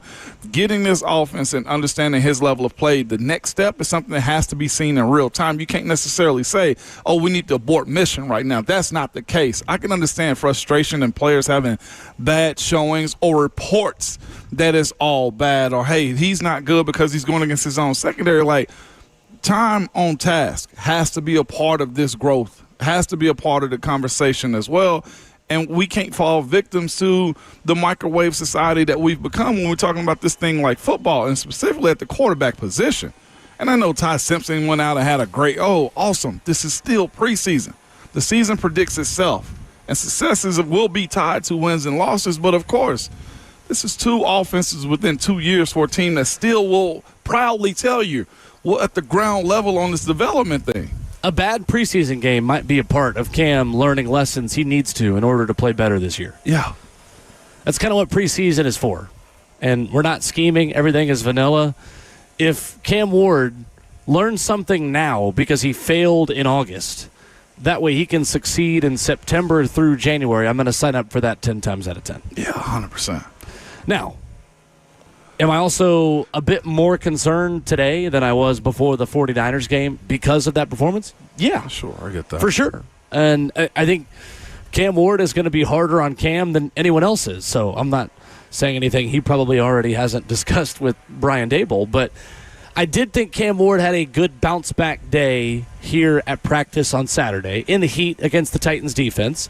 21-25, 5 touchdown passes as counted by Jim Wyatt at TennesseeTitans.com. A couple of bombs over the top of the defense. One that was perfectly placed for Calvin Ridley, who made a nice catch along the sideline working against Amani Hooker. There was one way over the top to Elikai Manor where it looked like Alante Taylor may have even just lost the ball in the sun. Yep. And was 5 to 10 yards behind Ellick as he caught it and jogged into the end zone, like either a busted coverage or just you looked up in the sun and didn't realize the football was where it was. Robert Saleh was asked about the secondary having more of a sense of urgency to win some more of these one-on-one battles after practice on Saturday. It's just continuing the rep what we're asking him to accomplish, understanding formations. You're not game planning, so you're not really recognizing formations, recognizing tendencies as we go. But at the same time, just from a man coverage standpoint, being able to win your one-on-ones when those one-on-ones are presented, there's never panic. But is there urgency? There's always urgency from the second we stepped on the football field till the day the season's over. There's going to be urgency to try to get better. With what you've seen as of late, would you say the urgency needs to? If you're waiting till now to pick up your urgency, you're already late. So our guys have been working relentlessly. I know we do drills every week, every day. It's just taking the drill work to the practice field, from endo to the teamwork to game day, and just trying to find ways to hone in on your craft. It's a good answer from Robert Saleh on Saturday, but Ramon, if there wasn't already, there needs to be a heightened sense of urgency in the Titans secondary. It does, man. The sand is going through the hourglass. It's one thing to have a bad showing. That is fine. I saw somebody on our YouTube chat pretty much give the sentiments about Cam. I'd much rather Cam have a bad preseason, get all that he needs to see out of this thing, and have a better understanding for the season. The thing that you still want, though, is to see those spurts of good.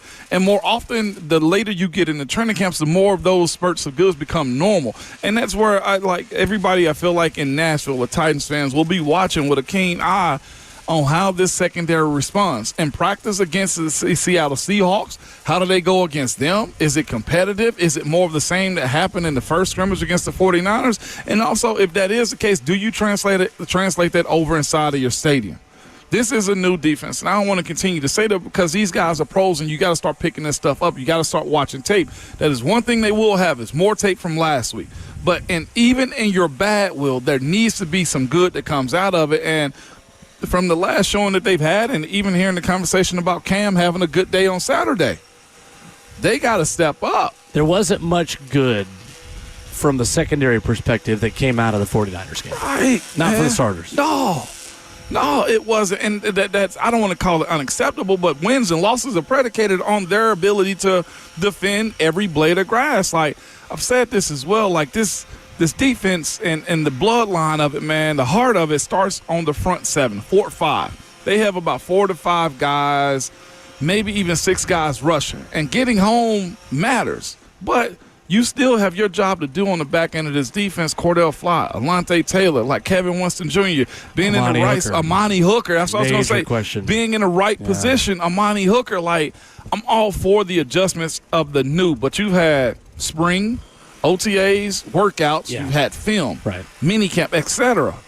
Those steps have to be taken. And the biggest, I guess, question behind it, or the worry behind it, you usually hear of offenses being behind defenses. Defenses I always give credit to and say, you know what? Well, they're always out front. The offense is a little slower. The one, I guess, caveat to this conversation is, and Coach Saleh acknowledged it, Coach Shanahan knows everything about this defense. Kyle Shanahan. Coach of the 49ers. And he attacked it as such. But at some point, those were just one-on-one situations right there. You got to win some of those. Like, it's the contested part of it for me, Will. Like, if I give up a sack, you need to see that I'm fighting to give up a sack, right? Right. Like, it can't just be a completion. That explanation was valid about the system stuff in joint practice. But when Curtis Rourke is dicing you up in a vanilla scheme in a preseason game, and DeJon Stribling, the 33rd overall pick in the NFL draft, is consistently winning in one-on-one coverage, it becomes more of a talking point and a bit more of a concern. Yeah, and here's the thing. The Titans still won the game, right, in the preseason form of whatever that was. And they played starters, and the 49ers did not. Yeah, and I guess with me just reevaluating this, and we talked a little bit about it earlier about this being a bend but don't break defense. That's not necessarily the history of this thing either. No, it's not built to be that. No, it is not. So I'm very fascinated to see how they will bounce back this week. And Coach Sala just saying it, like, if your sense of urgency isn't at peak form right now, when will it be? Right. And what I mean by that, it's not built to be. Like, yes, the defense is built to play 7 in coverage and 4 in the rush, keep everything in front of you. Like, in that way, sure, it's built to be a little bit bend but don't break. But statistically, Robert Saleh defenses don't even bend. They don't. Statistically, they are top 5 in yardage allowed. And so if you're a bend but don't break defense, you may be more 15 to 25 in that range, but you give up top 10 points allowed, right? Yeah, that would, to me, say statistically you are a bend but don't break defense. But historically, that's not necessarily been the case for Robert Saleh. This defense might have to be bend but don't break, because I'm not sure they have the corners to be overly aggressive on the outside, because they're just going to get beat. No doubt. They will break. And then, of course, you mentioned last year being a little bit of a pullback for a Robert Saleh defense as far as overall yards, I think is what we spoke about earlier. He also had a lot of injuries and young guys that were in that as well. Ton of injuries. And again, the other part, though, too, is his first year with the Jets wasn't the best year statistically. The next year. Actually the worst year. Yeah, and that's what I was going to say. The second year, they took that bigger step to become what we were known them to be. They went from 32nd in the NFL defensively in 2021 and scoring to 4th in scoring. The offense might have to carry more this year. The corners were Bryce Hall and Brandon Eccles, Robert Saleh's first year. They were Sauce Gardner and DJ Reed in year 2. Yeah. So had 2 different starting corners from year 1 to year 2. Way too early to say that's going to be the case here. We've not watched Cordell Flott or Alontae Taylor play a regular season game. So, again, same can be said for them as Cam. Maybe you learn some lessons in preseason that motivate your progression more intensely, because you had such a bad day against Curtis Rourke starting a quarterback. But there needs to be a response this week against the defending Super Bowl champion Seattle Seahawks. Spider-Man trying to get me. What's that? What happened? There was a spider that landed on me. All right, well, while you kill that. He's dead now. Well, all right, well, as you kill that, and we have a funeral for the spider trying to crawl on Ramon's leg this morning, we are open for your phone calls, 615-737-1045. We'll go to Titanomics and Mark after this. Ramon Will, 1045 The Zone.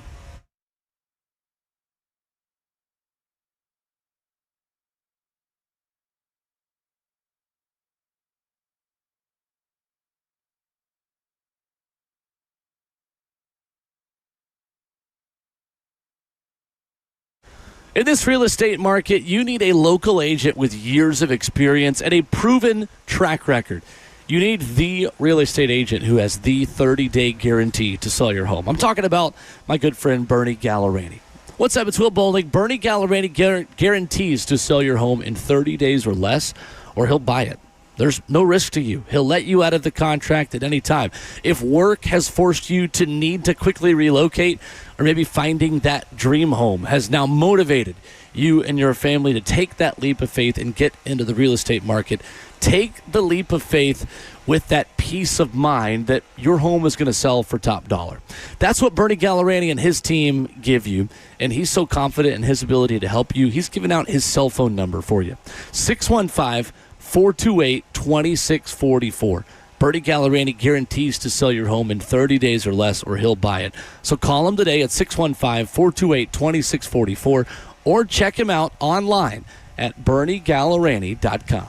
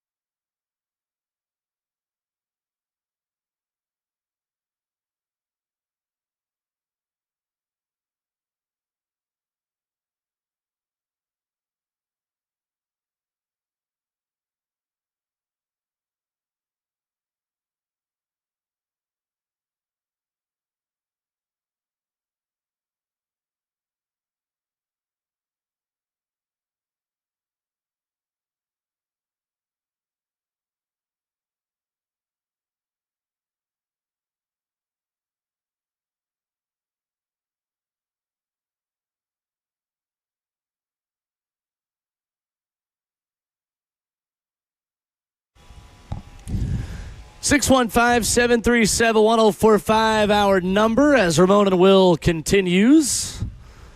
Live from the Vanderbilt Health Football Center, hour number 2. Stephen Godfrey going to talk some college football with us here in a half hour. Your thoughts as well at the Infinite Big Chat, Facebook Live, YouTube, Twitter, or Twitch. Let's go back to the phones. Titanomics wants to talk about Cam Ward. What's up, Titanomics? Good morning. Titanomics? Hey, good morning, guys. So as far as accuracy goes, right, what do you guys think is the, acceptable for accuracy from Cam Ward percentage-wise? Like, what would be bad and what would be okay? Before I get into my real question. I think in the 50s again, like 55 to 57, 58 is bad. Good is probably above 65. Okay. Yeah. So I was looking at some history, and Matthew Stafford averaged 59%. And I know it was 2012, but that's also when he set the season record with 727 passing attempts. So I say all that to say, if Cam's going to be inaccurate, he has to complete more passes, if that makes sense. And then also, we have to have a strong running game and bigger plays, like 20 play, like passing yards. Like each time he throws that ball, it has to average at least 10 to 20 yards. And then we got to have explosive runs. That's all I got. His accuracy, man, if it's going to be bad, everything else around him has to be great. Yeah, sure. Thank you for the call, Titanomics. I have a hard time putting a completion percentage number on it because if he gets to Caleb Williams' numbers last year, who completed 58% of his passes, and a lot of those incompletions are throwaways to avoid taking long sacks and getting your offense behind schedule, then, yeah, I would rather have a throwaway than a sack. So I just think it's a hard number that doesn't tell the whole story. But, I mean, if I was putting a number on it, I'd agree with you. It would need to be over 60%. Yeah, over 60. I'd even go 62 to 63%, right, if we're looking at that side of it. That era, too, Titanomics, and around 2012 is when everybody was slinging the ball around the yard, too. Like, it was numerous quarterbacks, man, that would have like 40 attempts a games and stuff like that. That's when I feel like we started to evolve in a very pass-heavy football world. Now, I don't know if guys are passing that much because I do feel like, to your point, Titanomics, the balance of having a run game is more important, I think, because the running back position as a whole has gotten a whole lot better. But also, too, these quarterbacks are still somewhat development, and you add the run component of them being more athletic into it as well, so you don't have to sling it around. Cam looked like a different player at the end of last season when this team could finally competently run the football. Yeah. No doubt. And it helps. It is the Band-Aid. Like, no matter what we say about what you are as a quarterback, having a solid run game, man, does numbers for you. It creates balance, and I think that's what Cam needs more than anything. Him hitting his layups, whatever we considered those layup balls, like that is where I feel like he's going to be judged more so than, hey, him going down the field, because you got to have those will to continue the drives. Mark in Smyrna is next, 615-737-1045. What's up, Mark? What up, Mark? Thanks for taking my call. I called in a couple of months ago about keeping Will Levis. Not that I think that he's a great quarterback, but when I look at our quarterback situation, not now, but for the last 3 or 4, if you want to know what a quarterback's supposed to look like coming out of college, you should have watched the Raider game, okay? And that pretty much is going to tell you he looked 100 times better, and that was his first game. And I just don't believe he has the it factor. Mark, what I'd ask you is, did Marcus Mariota have the it factor his whole career after throwing for 4 touchdowns in his first regular season game? No, he did there you not. Go. It's one game, but we're comparing a guy that's had a whole year in the NFL now. In his first game, he does what he did last year. Gets the ball, runs backwards, and they get him for grounding. It was luckily, it wasn't a safety. Sure. He's throwing passes that he can't hit people that are wide open. He did that. Sure. He was 5 of 8 for 67 yards in his first preseason game last year. Yeah. So shouldn't that also tell you, like, one game for Fernando Mendoza where he looked okay in preseason, does that necessarily mean that that's what a quarterback is supposed to look like? I think that's just one preseason game, right? He looks exactly like he looked like he did last year. First game, second game, third game. Yep. Okay? That's true. There's got to be a point to where we say, hey, what are we doing here? We've been through this. The Titans have been through it multiple times. And it always takes 3 years or so before somebody goes, he's not the guy. He's just not the guy. Thank you, Mark. Appreciate the call. Appreciate the call. Mark's not a Cam fan. What do you think about that? It's preseason. Here's where I am on it.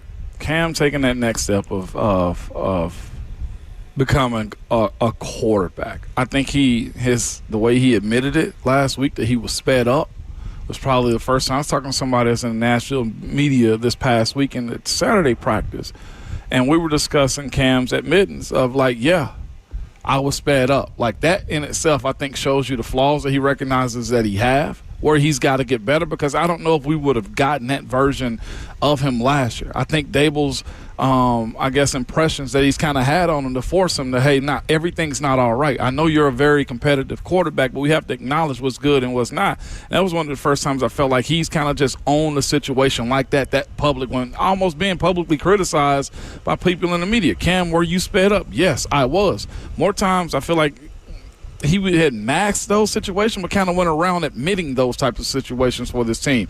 And I will appreciate that. Now I want to see what the response to it actually is in real time. And on Saturday, the response was 21-25. That's 5 touchdowns. I know, but for the ones that can't see him do that in practice, then I can tell you he's 21-25. Yeah, I know, but like the games is what I'm looking at. Like, if he can do it that comfortably, that's my point, in practice.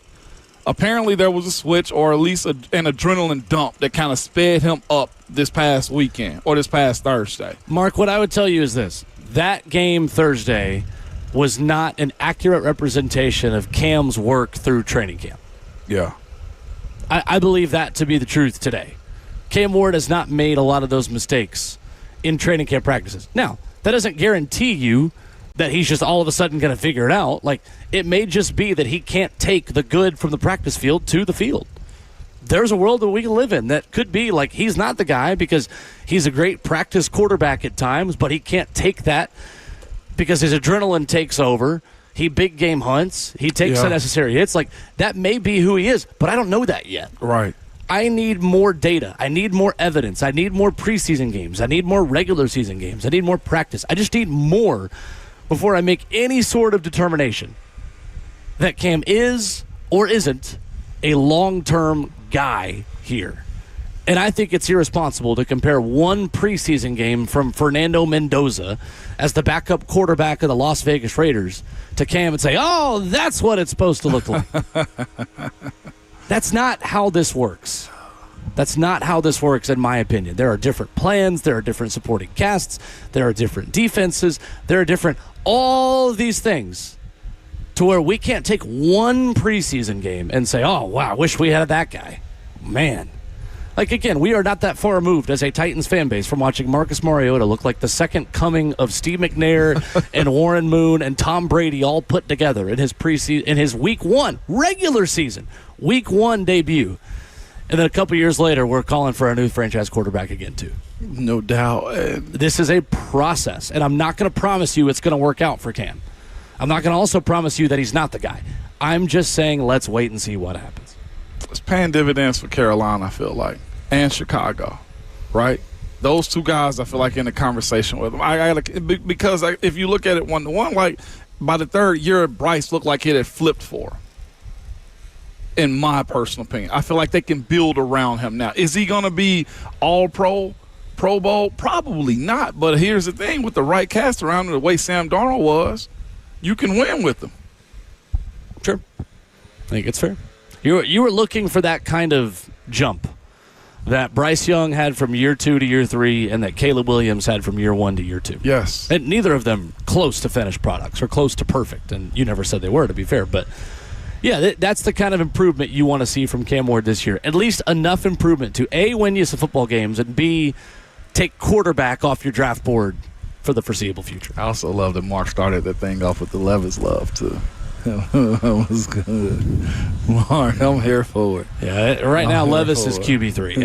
I don't think Levis factors much into any sort of Cam Ward discussions as of today. 615-737-1045, our number. Robert Saleh was really pleased about the work his team got done in San Francisco in one key area. You'll hear from him coming up next. Plus, there is a player with an inside track, according to the head coach, on one key position battle that we will talk about coming up next.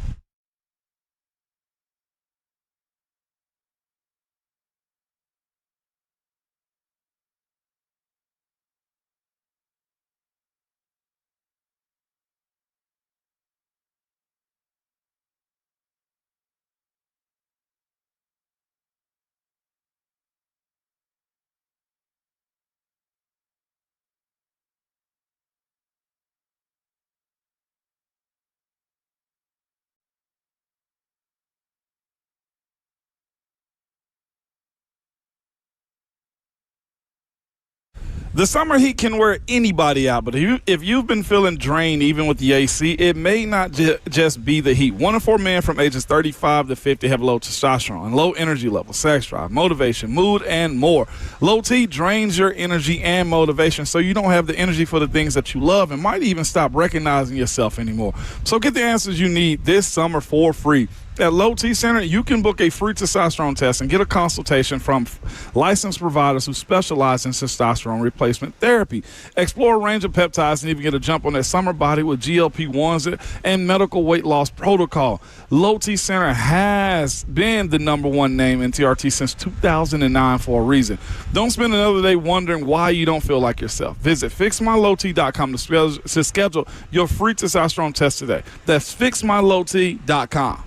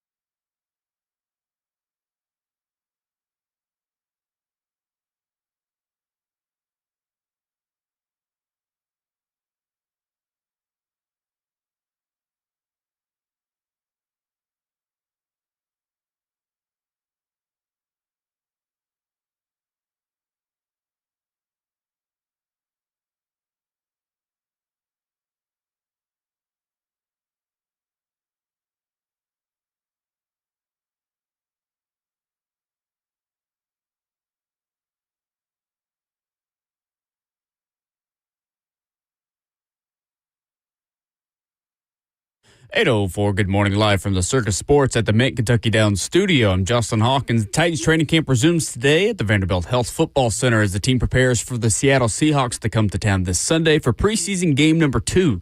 And then joint practice is this Friday. Over the weekend, Titans put both edge Jalen Harrell tore his ACL and rookie tight end Jaron Kanek tore his pectoral muscle in Thursday's preseason game against the San Francisco 49ers on season-ending injured reserve. The team then signed tight end Matt Lauder and running back Dominic Richardson to the roster. NFL news yesterday, 7-time All-Pro linebacker Von Miller is signing with the Dallas Cowboys. Miller's coming off a 9-sack season in year 14 with the Washington Commanders, and now he'll enter year 15 in Dallas this year. On Saturday, Nashville Soccer Club had a big 4-1 win over Inter Miami with 2 goals from Hani Mukhtar and then 2 more coming from Andy Nahar and Sam Surridge tallying on the score sheet as well. Nashville now leads Miami by 5 points for the top spot in the Eastern Conference standings in the MLS. For all your foundation repair and waterproofing needs, you got to go to USSTN.com. Breaking news at once on your home for the Titans and the Vols. This is 104.5 The Zone.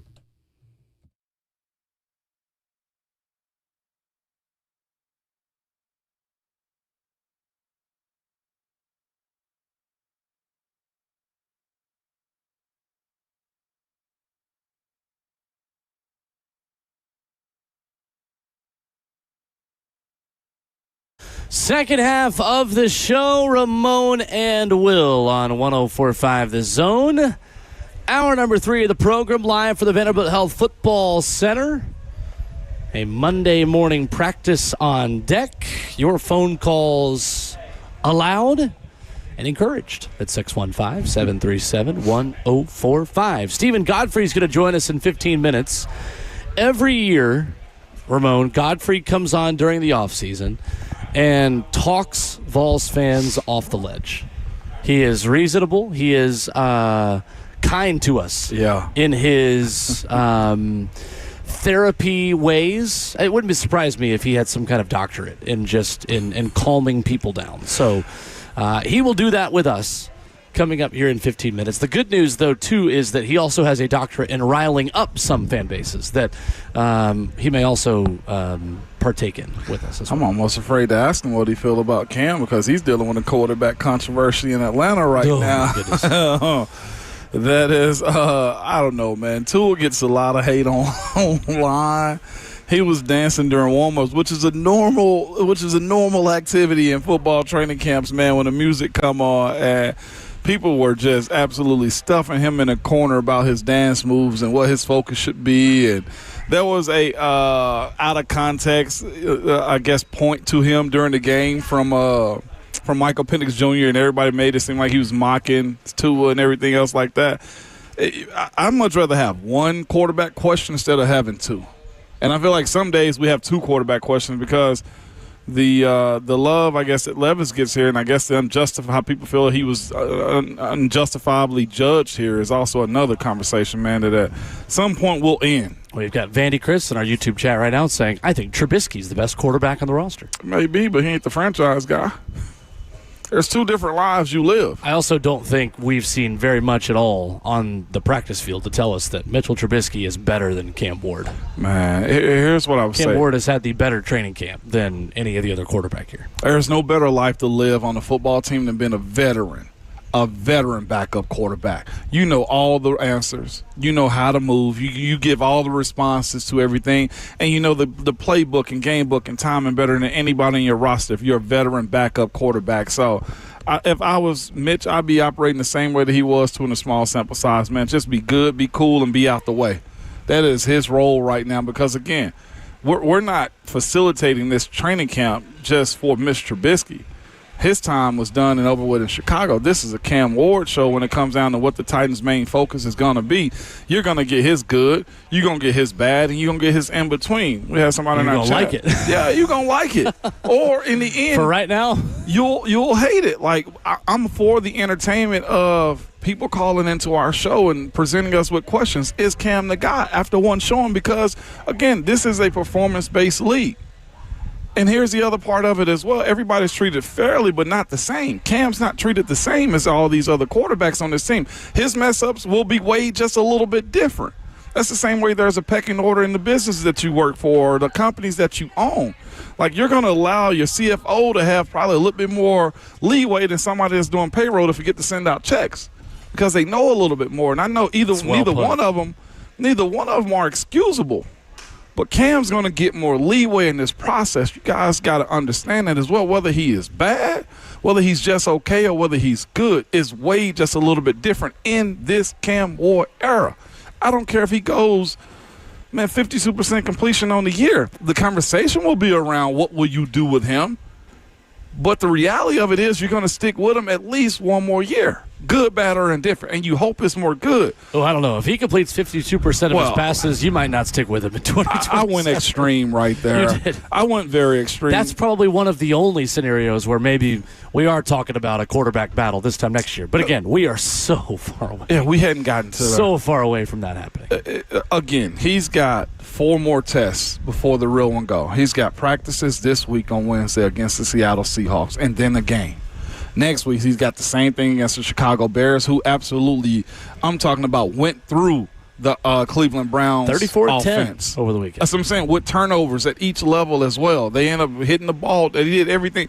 So the challenges of being in practice and executing and in the game, he's got 4 real ones if you hadn't liked what you've seen so far. And we'll see what it looked like by the time the gap week hits before the season starts. Well, and then even if he does struggle against the Jets, like, there's that age-old adage in the NFL. Week 1 is still a liar. Good or bad. And he still gets time to show and prove. We got a comment on YouTube. We're like, well, at this time in Levis's career, everybody had given up on him. No, that's revisionist history. Because this time going into year 2 for Will Levis, we were all lining up to buy sold-out Mayo cologne. Sure was. There was none of this because the memes hadn't happened yet. No. He hadn't had the turnovers against the Bears and the Jets. No. He hadn't had those big, bad moments that ultimately, unfortunately, right now define his career as an NFL quarterback. Before that, it was, all right, year 2. Let's see a step from Will Levis. Here we go. This man had He's been given, new free agents to play with. He's got these new receivers. He's got Calvin Ridley. He's got a new offensive system built around him. New coach. Pete Prisco's doing articles here for CBS Sports about how Brian Callahan's going to take what he learned from Joe Burrow and Peyton Manning and Derek Carr and Matthew Stafford, and now it's Levis's turn. And okay, we got a quarterback developer. Then what happens? Surrender Cobra in Chicago. It's the most memeable. The games started happening. It did. Okay, well, the games haven't started happening for Cam Ward in year 2 yet. Yeah. It's too early to have any sort of confident statement, positively or negatively, about what's going to happen. I do feel like we're split, though. I also feel like we're beating a dead horse. And I don't just mean us. I mean just all of it. Like, we talk ourselves in circles on this stuff, and I think we make stuff up. We have revisionist history. We forget about what the Levis years were really like because Cam Ward is a very polarizing figure in this fan base. I think the people who love him are not willing to say anything negative about him. I think the people who don't love him are not willing to say anything positive about him. I think you and I and many of our coworkers as well are the only ones who are kind of in the middle on Cam Ward. And I think the middle is where we need to live right now. Let's find out.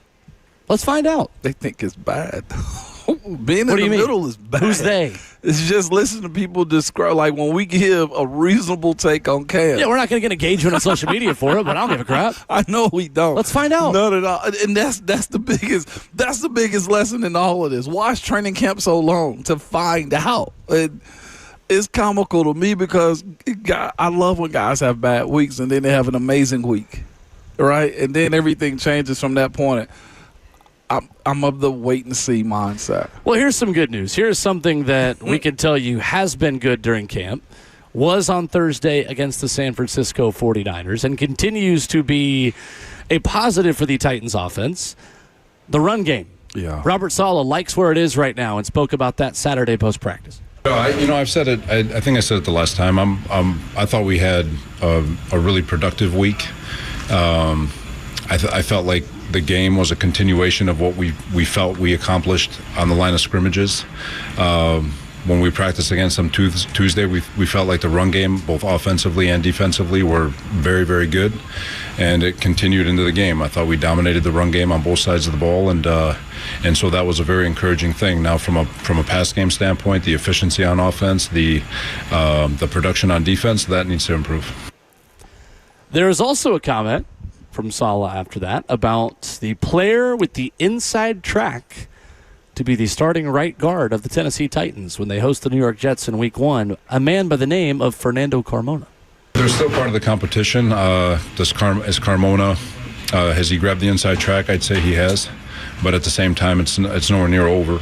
Carmona's done a great job, like I said, with communicating, playing with great violence, great strain. Is he still a rookie, making rookie mistakes, rookie fundamentals? Sure, but at the same time, he's doing everything he can to, like I said, the last time we spoke, he put his foot in the door, and he's doing everything he can to throw his shoulder through it. Now that is someone trending in the right direction. It is somebody trending in the right direction. Got some. Saw him Saturday though. Jeff, Carmona? Yeah, Jeff wanted to humble him a little bit. Good. Jeff, Good. without you can play with the ones that much, you're going to see a lot of 98 on the other side of the line of scrimmage. It was a reality check. Let's just say that, but those are good things though. Jeffrey Simmons has given some all-pro guards reality checks, too. Yeah. There's a guy in Indianapolis named Quentin Nelson who's been given his fair share of reality checks from Jeffrey Simmons. So buddy. better get him here. Coming up, Stephen Godfrey joins us, college football inquirer and Yahoo Sports. He always makes us smarter about college football, and he will do exactly.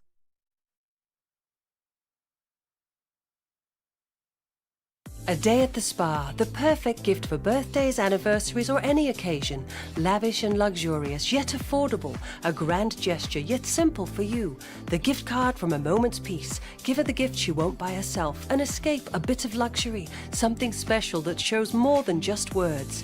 A gift from A Moment's Peace Salon and Day Spa in Cool Springs across I-65 from Galleria Mall. Call 615-224-0770 or go online at amomentspeace.com anytime. What's happening, good people? Let me go on and tell you while you're walking into your weekend what you need to be looking for. That is a truck. Yeah, Mid-10 Ford, they got you covered. They're going to take care of you. All you got to do is slide in there and let them know, hey, man, Big Slay told me. And they will look out for you. Go in there and holler at my guys, Trey, Matt. They're going to be right there to help you walk through the process of going to get your truck. And guess what? It's nothing that's going to be pressure, no high pressure, just low pressure approach, no gimmicks, no pushy sale tactics. That's not what they're about. They're about getting the job done and getting you comfortable and understanding exactly what you're getting into. It's a one-stop shop. If you need service, Mid-10 Ford, they got you covered. They are the ones you need to be looking for. When it comes to the right vehicle, they got you covered. Even a body shop, service, financing, sales, they got it, all of that. All you got to do is go to 1319 Foster Avenue. Visit mid10fordtrucks.com.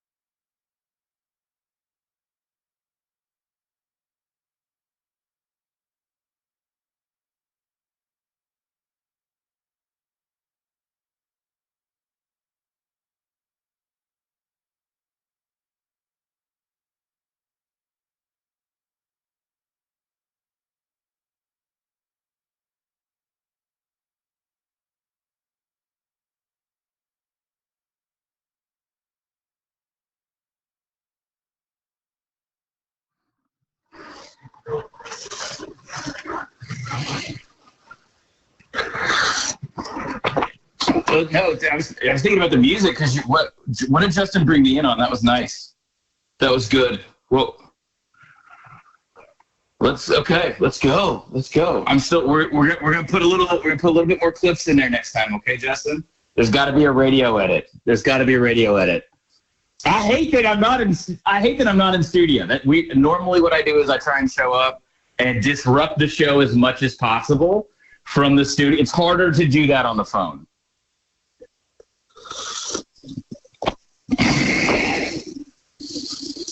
Yeah, you know why? It's because we're all really worried if the mic is still on. That's why.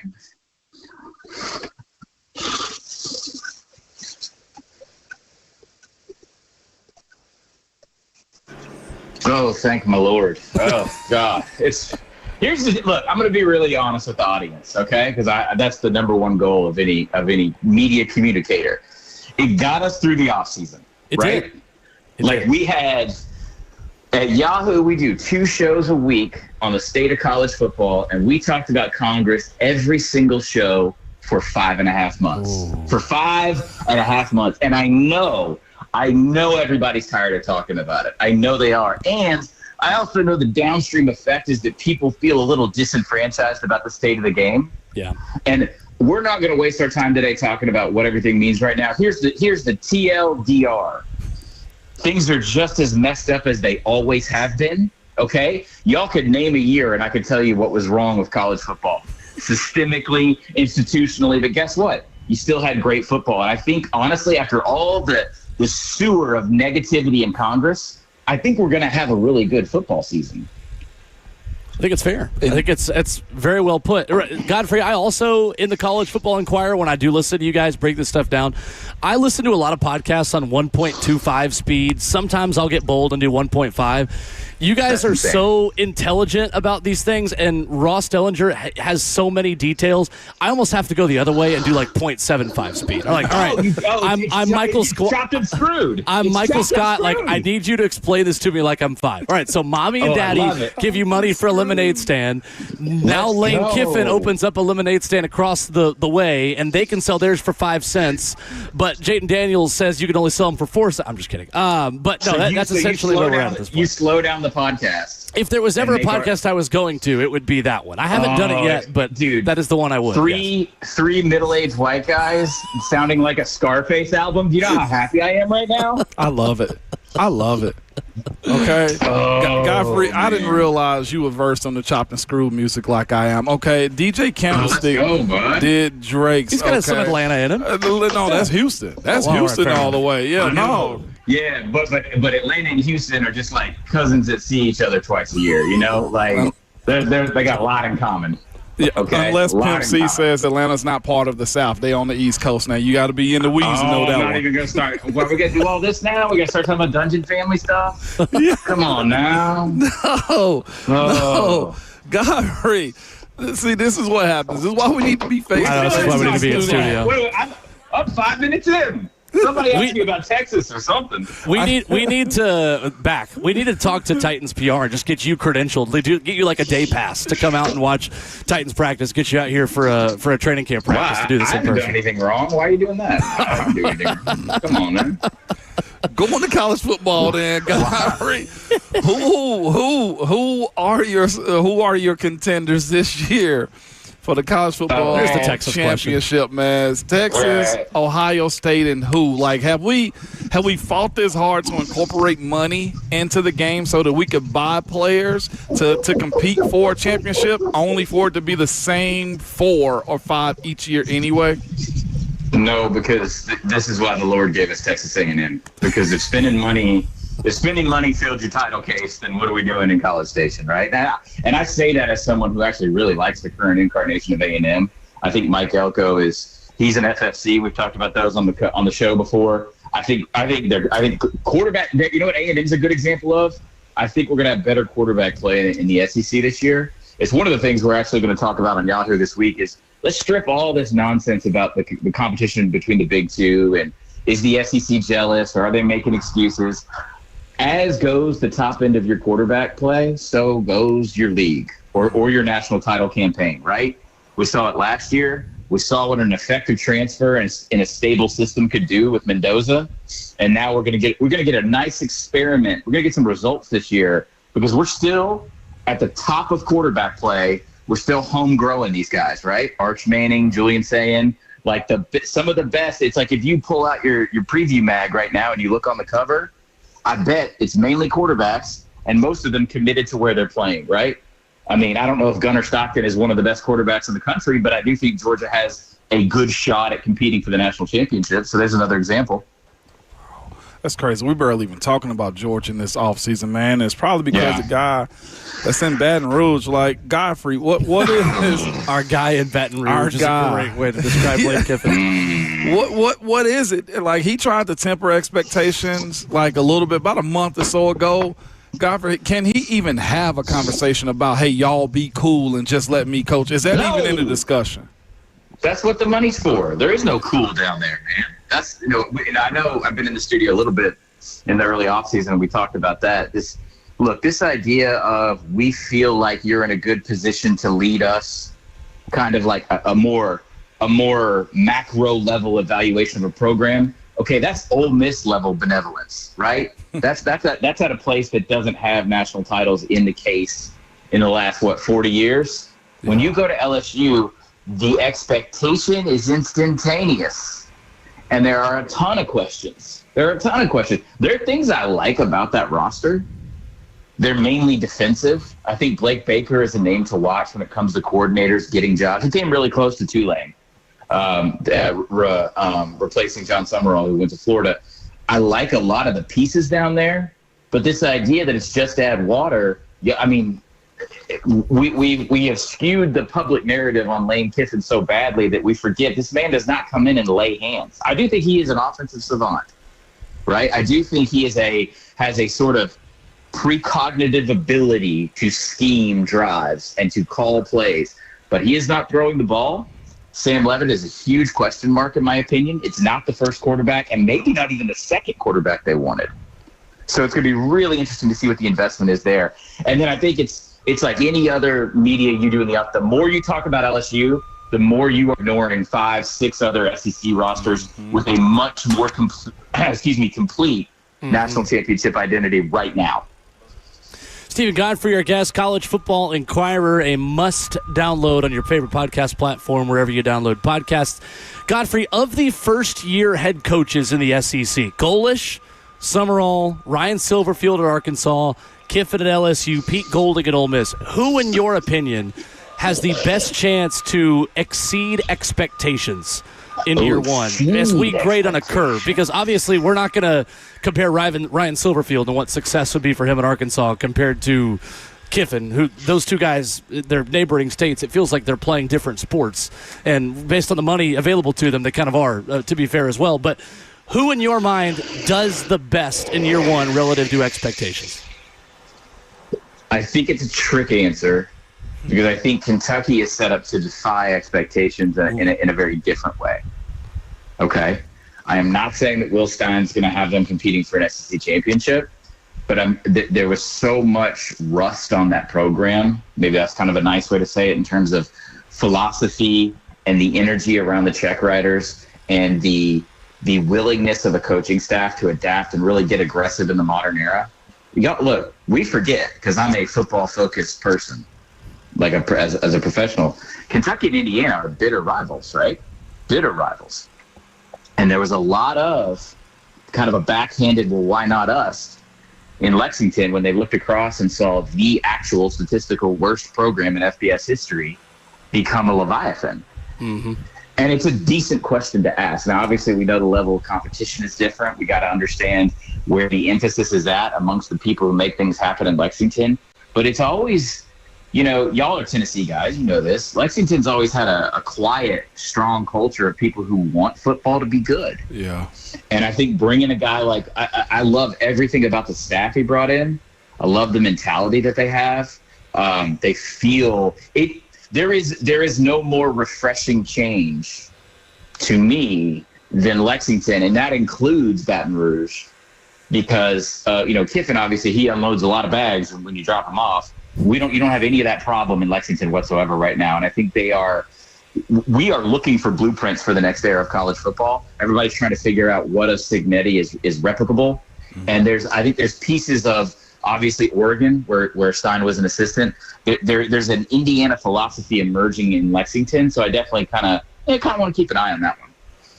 Godfrey, I think Tennessee is a really interesting case, too, in blueprints, right? And where Josh Heupel has this program right now where with David Gabriel-Georges, the number one running back in the country, committed for next season out of Baylor and Chattanooga, you have a world where you could have – yeah, exactly. You have a world where there are 4 or 5 stars all on a Josh Heupel offense in 2027. You have Rick Barnes, who's put together an elite team. I've never seen more Vols fans, Godfrey, ready to just skip a football season and make it an email as this season. And I say that like we obviously are going to enjoy it. We love the football season, but it feels like there is less buzz around this team, even with Faison Brandon camp highlights and the scrimmage that they had on Saturday and things that typically get you very excited this time of year. What is the state of Tennessee football going into this year, in your mind, Godfrey, someone who is very good at calming us and others with orange-tinted glasses down right before the season begins? How are we feeling? Well, it's just like you need a therapy session. How are we feeling right now? How are we feeling, guys? Just I've talked myself back into 9 wins. I've talked myself back into 9 wins, so we're right on schedule. I'm right on schedule. I'm 7-8, Godfrey. There we go. Let's share with the circle. We listen and we don't judge. Yes. 27 is a great mentality to have. I am curious to see. Look, whether it's 7, 8, 9, I think it's the distribution of those wins that matter. I think the Vanderbilt thing just kind of felt like a little bit of getting popped in the glass jaw last year, but check some inspiring boxes. Okay, because I think you're totally right, Will. This team is being built for 27 because you didn't even mention there's a schematic overhaul on defense. Exactly. I don't know to what degree the curve is on that, because I can remember when I was doing the coaching gossip stuff for Athlon when he was at Oklahoma State, it was faster than expected. So I'm not saying it's like, oh, this 26 is a wash. You're going to have, the wrong body type. No. Like we have NIL, we have the portal. There's going to be, they're going to fit that a lot quicker. But at the same time, I think when you get into games like Texas, when you get into games like Alabama, when you get into, A&M on the road, it does feel like it's going to be a year one defense. So but if any one of those happened, I just randomly picked those. If any one of those happened, or LSU at home in November, by the way, I think it's if you gather that one on top of an 8-win season, especially on the back end of the year, with everything that's arriving to Knoxville, then I think, knowing this fan base and its emotional eccentricities as well as I do, then I think steady. It's proof of concept that a steady hand is guiding this program, both at the head coach position, we'll just say kind of the de facto GM NIL side, as well as obviously the athletic director, one of the premier gangsters in the sport. I think it's all good for Tennessee as long as those, let's just say it's 8, y'all. I can rattle off 8 that's not going to make anybody feel inspired right now. Okay, you beat a first-year Auburn. Right. It's you should beat a first-year Auburn at home, right? And then given the emotional connection with Golis, right, you want that one. You have a better roster right now than Arkansas. Absolutely. That should be a no-brainer on the road. No one's going to celebrate a win over South Carolina, although recent history of Tennessee would tell you that you should. You have to – I think you need an A&M, LSU, dare I say, Texas type of win. I mean, look, actually, screw all that real fast. If y'all beat Bama on October 17th, right, that's the one. It drives that fan base into pitchfork mode on an otherwise incredibly good football coach who's going to slowly lose his mind dealing with that fan base and those boosters. And as questionable as their NIL situation is, then I think that Tennessee can say, good job, guys. Let's Gator Bowl it. Let's Champs Bowl it, whatever they're called now. And then let's lock in to try and be that 1, 2, or 3 seed from the league next year. Godfrey, even in that, man, and I feel like we need more time with you, but even in that, though, Godfrey, is it's only one championship. There's so much funds and promotion and just recruiting going on. It's hard to justify, even for an LSU and Ohio State or Texas and Texas A&M.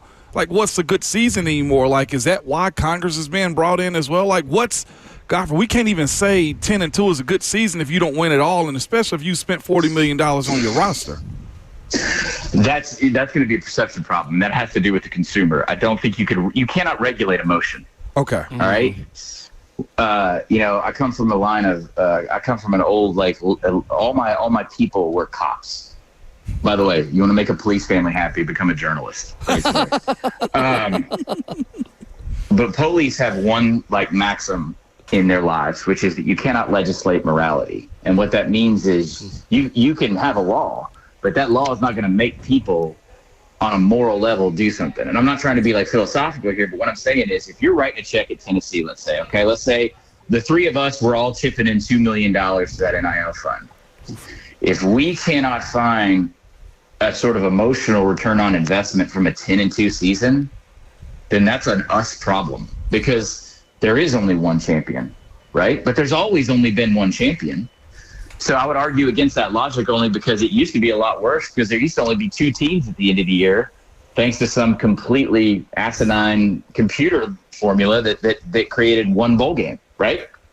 Yeah. So if you're Tennessee, look, A&M is a good example of this, I think, right? I think the consistency of becoming a playoff team. Oklahoma, you think, man, I'm comfortable saying this publicly.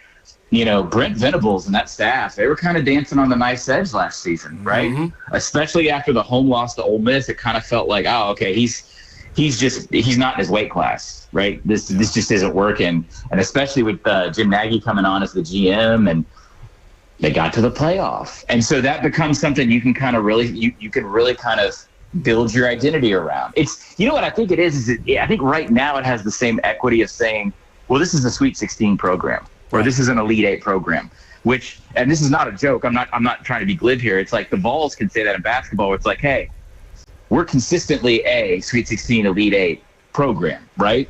And that, when you start to get into the referendum, it's like, well, you don't blow those things up on a win. And I think outside of maybe Ohio State and, a handful of other places, which don't include Tennessee, that is an acceptable standard. I would agree. Oh. Stephen Godfrey always makes us smarter about college football. Let's do this again in person soon, Godfrey. Hey, the only reason I said I don't want to go to Titans camp is I just walk my dog at 6 a.m. Okay, it's miserable out there. All right, tighten up. Yeah, tighten up and all that. I just don't want to be outdoors right now. Okay, you and us both as we speak outdoors. By the way, Tua's your quarterback in Atlanta. No, Penix. No comment. No comment. No. I'm starting to book. We can wade into the training camp waters. Hey, I love the Titans. Okay, that's a better run franchise than the one I cheer for. That's true. What an ass! Oh my God! And then your premier rusher only got 8 games. Yeah, thanks to James Pierce, guys. Woo, go Balls! Appreciate that. Stephen Godfrey with us. At least we have the NL East leading Braves. Godfrey, appreciate you as always. Thanks, boys. Appreciate it, Godfrey. Stephen Godfrey with us here on Ramon Will. We'll dissect some of that. We'll talk about some other NFL headlines out this morning. Coming up next, Ramon Will. It's just the Godfrey effect on the show. I love it. It is, man. This is what we talk on break more than anything. That's right. Ramon Will, 104.5 The Zone.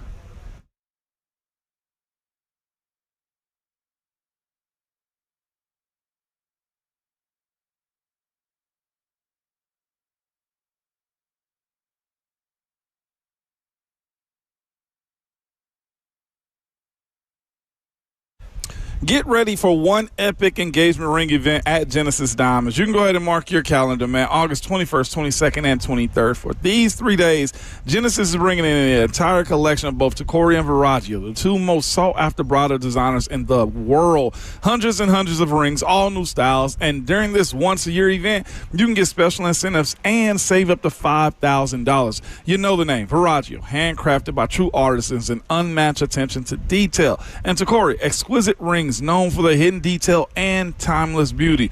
These are the finest American-made rings, distinctive, stylish, and handmade. Other jewelers aren't even allowed to carry these premium brands, but Genesis has them and will be showcasing the entire collection at this event.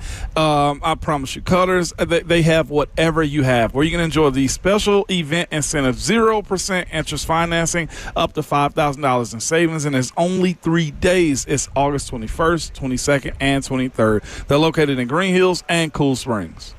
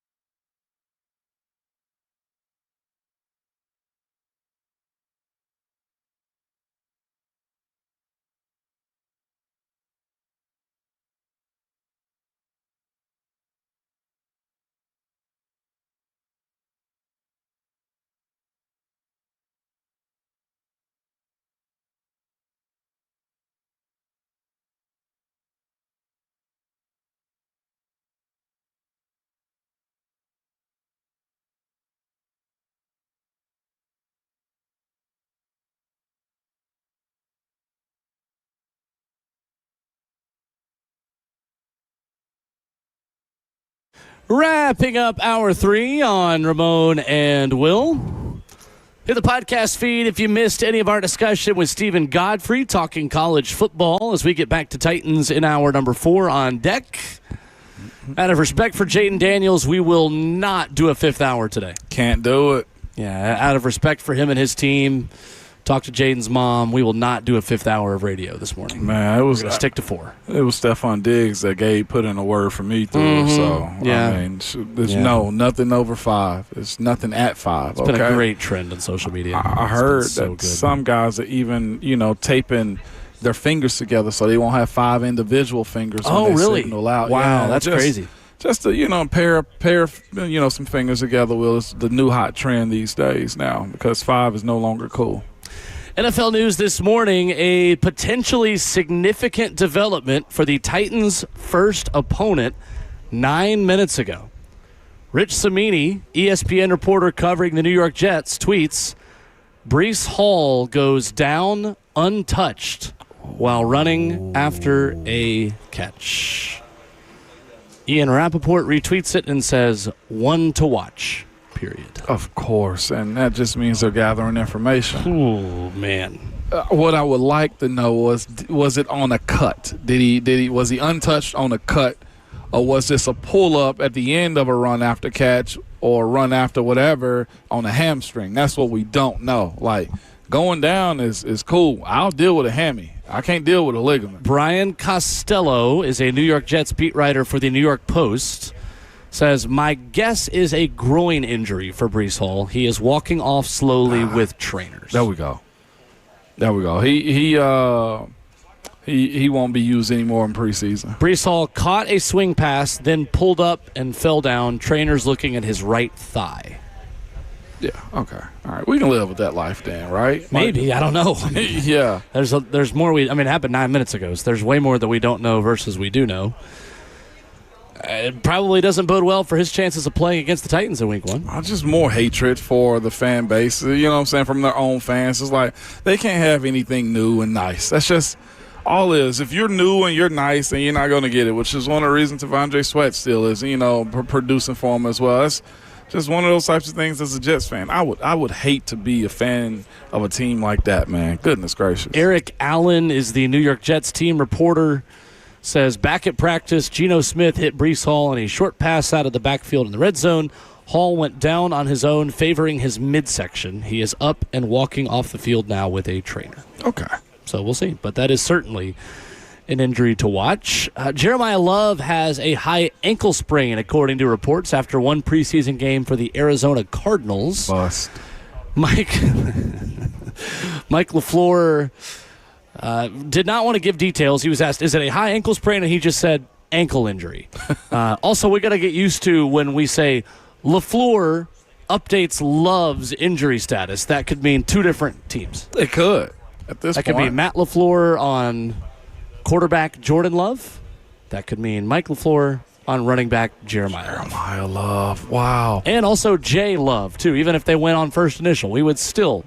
And also M. LaFleur on Jay Love. Still less details than what we need to differentiate. You're in the weeds on this thing, man. It's just the English language. It's not really that complicated. It's not. I've not done that much work on this. But even still, though, tough for both of them. And, of course, when you have running back situations, same as Tony Pollard, seem to have some rest days or maintenance days. You rest your bell cows. We'll see what the severity is of Jeremiah Love's high ankle sprain. Last year, Tajay Spears had a high ankle sprain the first week of preseason against the Bucs, and he started the year unavailable for the Titans. Yeah. He missed the first 4 games. And that groin can be a rip, too. Like, you just never know what it is. What are we, about a month away on this thing, though? Yeah, we are just under a month from the kickoff of the season. So 5 more Sundays, or 4 more Sundays. Is it that long? Sorry, Jaden. Jeez. What's wrong with you? But tough look for them, though. Whoever the backup running back is right now with the Jets going to get a whole lot more reps. Jets.com is not the website I'm looking for. That's for airplanes, man. Trying to see what they're I got you. The backup running back of the New York Jets is Braylon Allen. Okay. Braylon Allen, 4th-round pick in 2024 out of Wisconsin. But this He's 22 years old. He is young. This doesn't bode well, though, either for their offense because Geno's out as well. Minor ankle injury for Geno Smith right now. Yeah. again, when they're the opposing team this time of the year, good.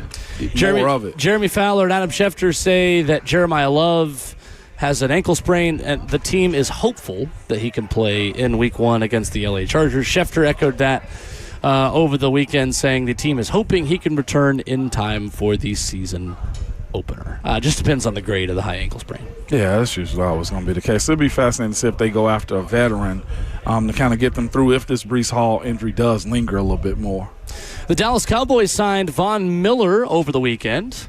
That's Washington Commander legend Von Miller, who last season had 36 quarterback pressures, 10 sacks, and 14 tackles. Are you surprised to see Von Miller just now signing, considering how good he was for Washington last year? Nah, he probably had this plan the entire time, man. Again, he knows he's at the end of his career. I was checking to see his birthplace, and anyway, he's from Dallas. Yes, he is. This is probably a dream of his for a very long time. Money probably just didn't line up, but you also see Dallas pushing all the chips that they possibly can into the pile to try to go get this championship, right? I do think that window is getting pulled down, not closed, because I feel like they're in between, like, competing and a rebuild at the same point in time. The offensive line is slowly coming together. They got some weapons they end up retaining.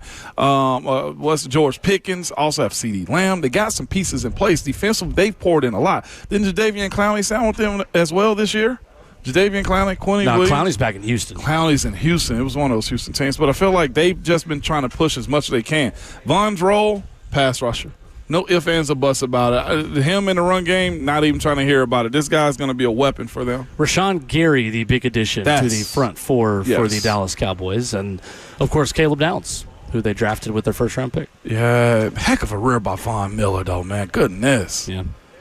And another report, Ramon says that Aaron Donald worked out again for the LA Rams. His tryout, quote unquote, at the team's Woodland Hills facility was listed Sunday on the NFL's transaction report.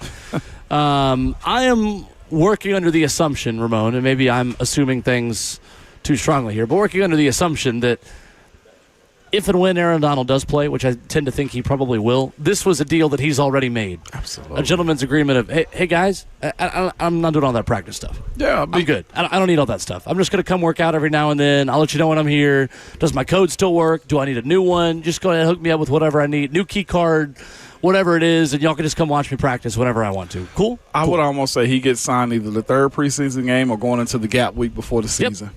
Maybe he just doesn't want to go to Australia. I thought about Maybe he wants to start. That would kind of throw me off as well. Maybe it's week 2 because it's got to be somewhat. I don't blame him. But again, the role that he's going to be playing. The other part though too is, do you bring him in and how much are you guaranteeing him as well? Because it's Aaron Donald, right? Like the pay, I'd be shocked if he plays for just $2 million. Is what I'm saying. Like you, in order for me to reset my clock, okay, you're going to have to give me a nice little bag. We're going to have to reset our clocks because that game is at 9:35 p.m. Central Time on Friday, September 11th in Australia. I'm going to be up. I'm going to watch it. Oh, 100% I'm going to watch it. But I want to see the real thing. I need a lot of coffee. Nah, well, these are the things that we do. At least we're not on Broadway. Thursday, September 10th for us. Friday, September 11th in Australia because it'll be at 10:30. It's that night. All right. Yeah, that's what I'm saying. Right. 9:30 I thought you were talking about Friday for us. Friday at 10:30 local time. Thursday night at 9:30 p.m. So we're gonna have we got a show to do the next morning. I'm not sure we're gonna be watching very much of the. We get a good bit of it in though. 615-737-1045 is our number. If you missed the discussion earlier, we've got it for you again. Nashville Soccer Club sent Messi and Miami packing with a butt kicking on Saturday night at Geodis Park, and we'll dive into the details coming up next.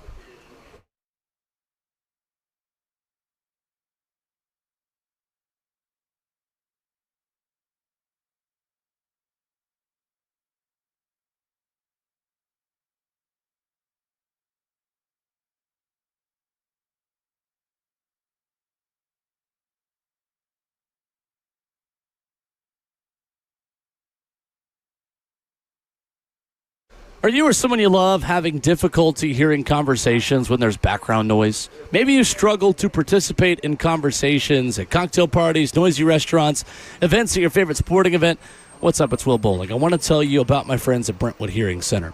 With 4 doctors of audiology, the latest diagnostic equipment, and the most recent hearing device technology, they will arrive at a hearing solution that fits your individual need.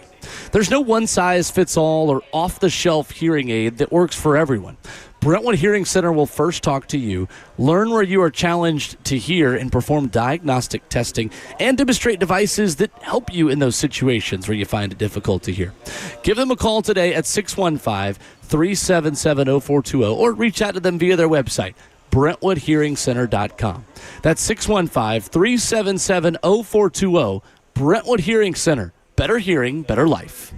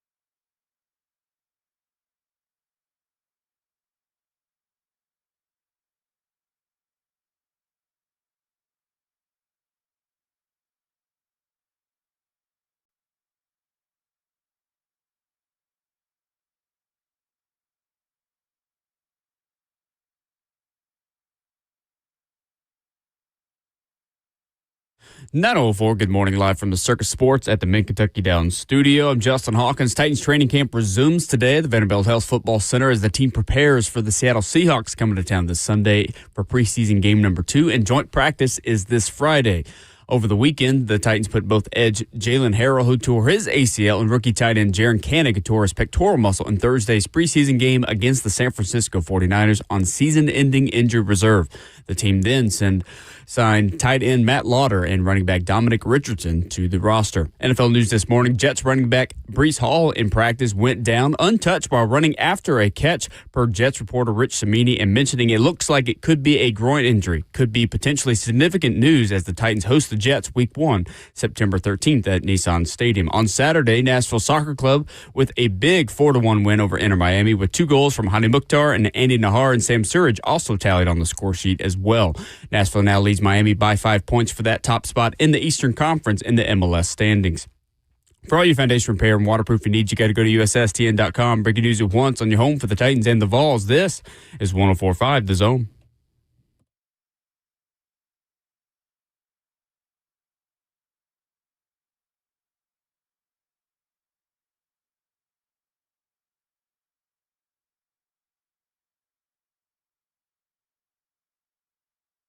Away we go into the fourth and final hour this morning. Practice an hour away. A lot of thoughts, a lot of takes from the weekend. 615-737-1045, the number. Back to Titans discussion in 15 minutes as we get you ready for another practice today. Off day tomorrow, a practice Wednesday. Nothing out here Thursday, and then the Seahawks are in town on Friday. Man, it's big go week. Time. Yes, it is. Very big week. It was a big weekend for Nashville Soccer Club. 4-1, the victory for NSC over Lionel Messi and Inter Miami. As Elias San, new left winger, signed on loan from the German top flight. He gets a pair of assists. Hani Mukhtar scores goals 7 and 8 of the season. Sam Surridge gets his 12th MLS goal of the year. He is scoring a goal every 80 minutes in MLS play this season, roughly. He has been terrific this season, and Ramon, the boys in gold, sent a statement to MLS. They are the favorites right now in Major League Soccer. This was a complete demolition of Lionel Messi and his friends at Inter Miami. I mean, it's just super cool being able to just pick up where they left off from the break, from the summer break that they had, too. There's a lot that goes into being good, man, and one is having a team that's mature enough to be able to bounce back as well. To go against your number one opponent as far as FC Miami was Miami FC? Inter Miami. Inter Miami. Losers is what we'll call them from this past weekend. That's exactly what we'll call them. With that being said, though, it just shows you the growth that Nashville SC has had. Guys playing key parts. What were the injuries like this past weekend? Everybody back as well? For Nashville, only 2 players were out, Warren Madrigal and Patrick Yazbek. And it's still cooked. Listen, you're presented with a format, go out there and compete, and they did, man. I'm super excited to kind of watch this team grow. Again, and my fan bases, my fandom has even grown more so because of the summer game, and which was FIFA. So we got a good team here. Enjoy it, embrace it, absolutely love it. Send them back to Miami with their humidity and I don't know. I want to slander them, but Miami's kind of cold with their just crybaby mentality, because that's what Inter Miami is. That's what you was telling me. It was just arguing with the referees about unfair calls. Sir. Yeah, Rodrigo De Paul, the Argentina World Cup winner, who's known as Messi's bodyguard, was seen telling the ref, "I have a championship. Do you have any?" In Spanish. You know what he should have said to him? Yeah, I do, when I was 12. You didn't ask when I had a championship, you bum. That's so crazy to me that you're begging for calls just based upon your championships. Like, no, you getting your butt whooped. Like, step up, do something more. As you mentioned earlier, they're in the point in which their back end is having to support what Messi doesn't do. The fact that he's allowed to just walk around the way he does. Like, you're mad at the wrong people. Look at the structure and the setup of your team. Lionel Messi missed a penalty in this game. Jeez. Brian Schwacke with a penalty save against the GOAT, who had 10 touches in the box, 1 chance created, 11 shot attempts. Only 2 of them were on target. 5 were off target. 4 of them were blocked by Nashville defenders. Good. This was a masterclass in beating Messi and beating Miami, something that teams all around the world struggle with, and certainly in this country. Nashville SC now moves forward into the 20th match of the season. There are 34 matches in the MLS season, for perspective. They move forward with a 5-point advantage over Miami, and even larger advantage over third place. There are two teams that are really separating themselves in the East. It's Nashville, Miami, and then it's everyone else. And now there is even separation for Nashville over Miami. This NSC team can win everything still in front of them. So everything's still in front of them. What's the pace for the rest of the season then? What is it, 14 games that are still left, 12 or 14 games still left? What's the pace since they've got this crease as far as goals against the field, and they're number one right now in MLS? Are you playing for health at this point? Are you playing to still stay aggressive? You're putting as many points as you can up on board. Okay.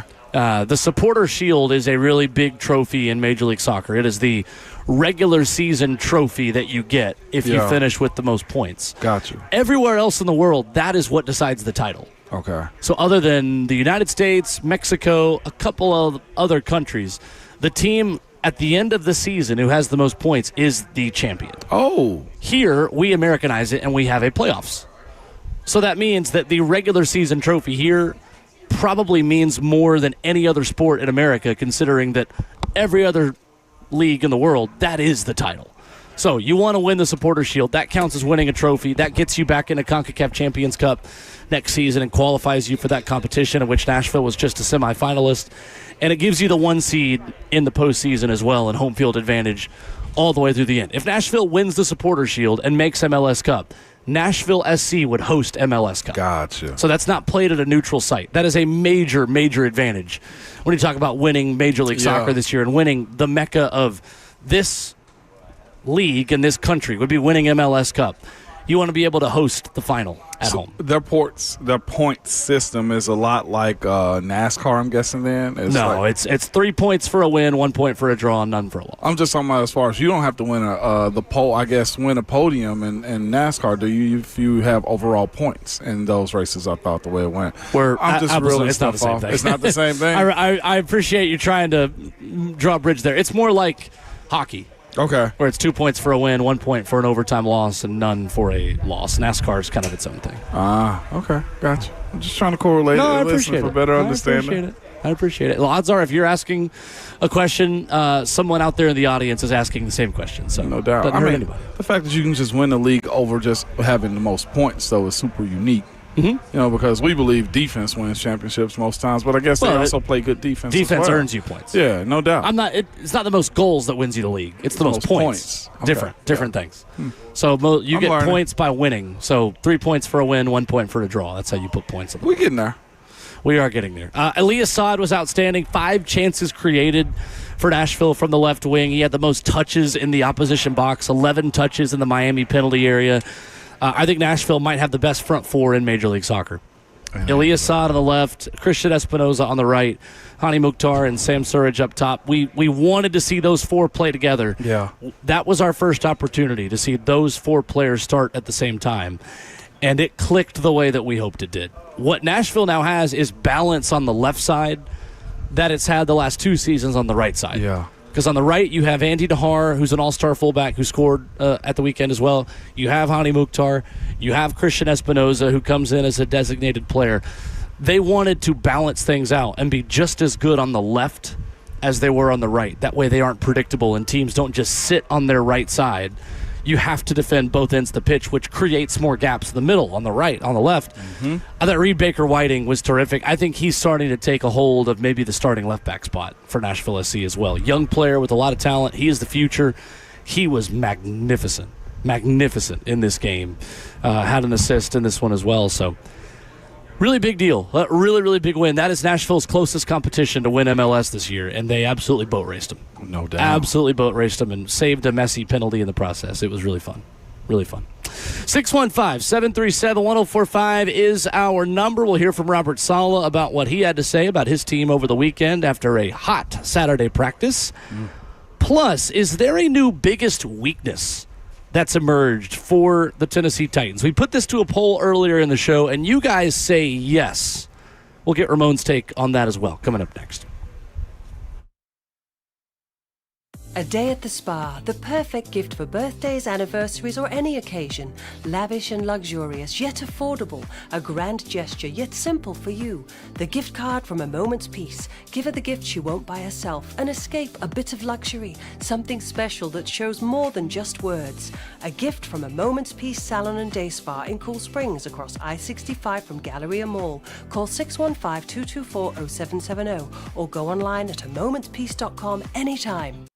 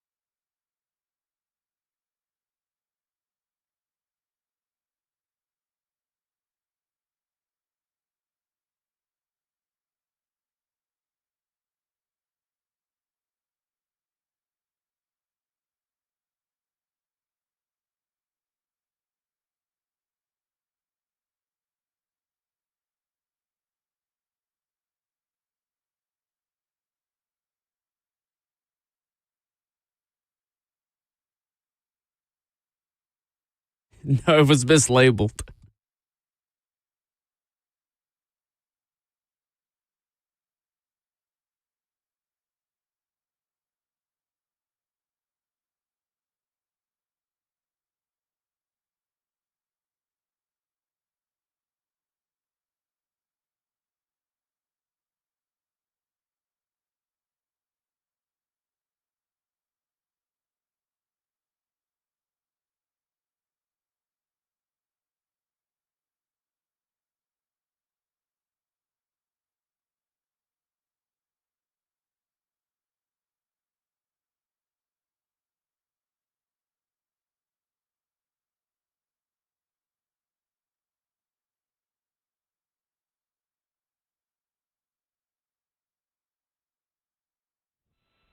Hey, what's up, fellas? How you doing, man? Y'all looking good out there. I'm actually watching y'all on YouTube, man. Y'all looking good out there, bro. What's up, Chris? Man, I'm hoping I can get down there and watch, visit one of the training camps. But I'm in Houston, man. I represent my Titans hard, man. My love never left. I walk in the Lions Den almost every Sunday and have them harass me. But I'm excited about this year, man. I've been listening to some of your callers. You guys not going to knock my excitement down, bro. I'm not going to.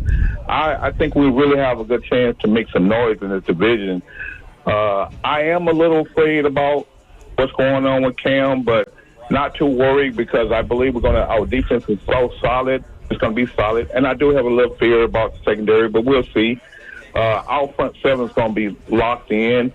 I believe we're going to have one of the best front sevens. Our linebacker, I'm really excited about the linebacker core.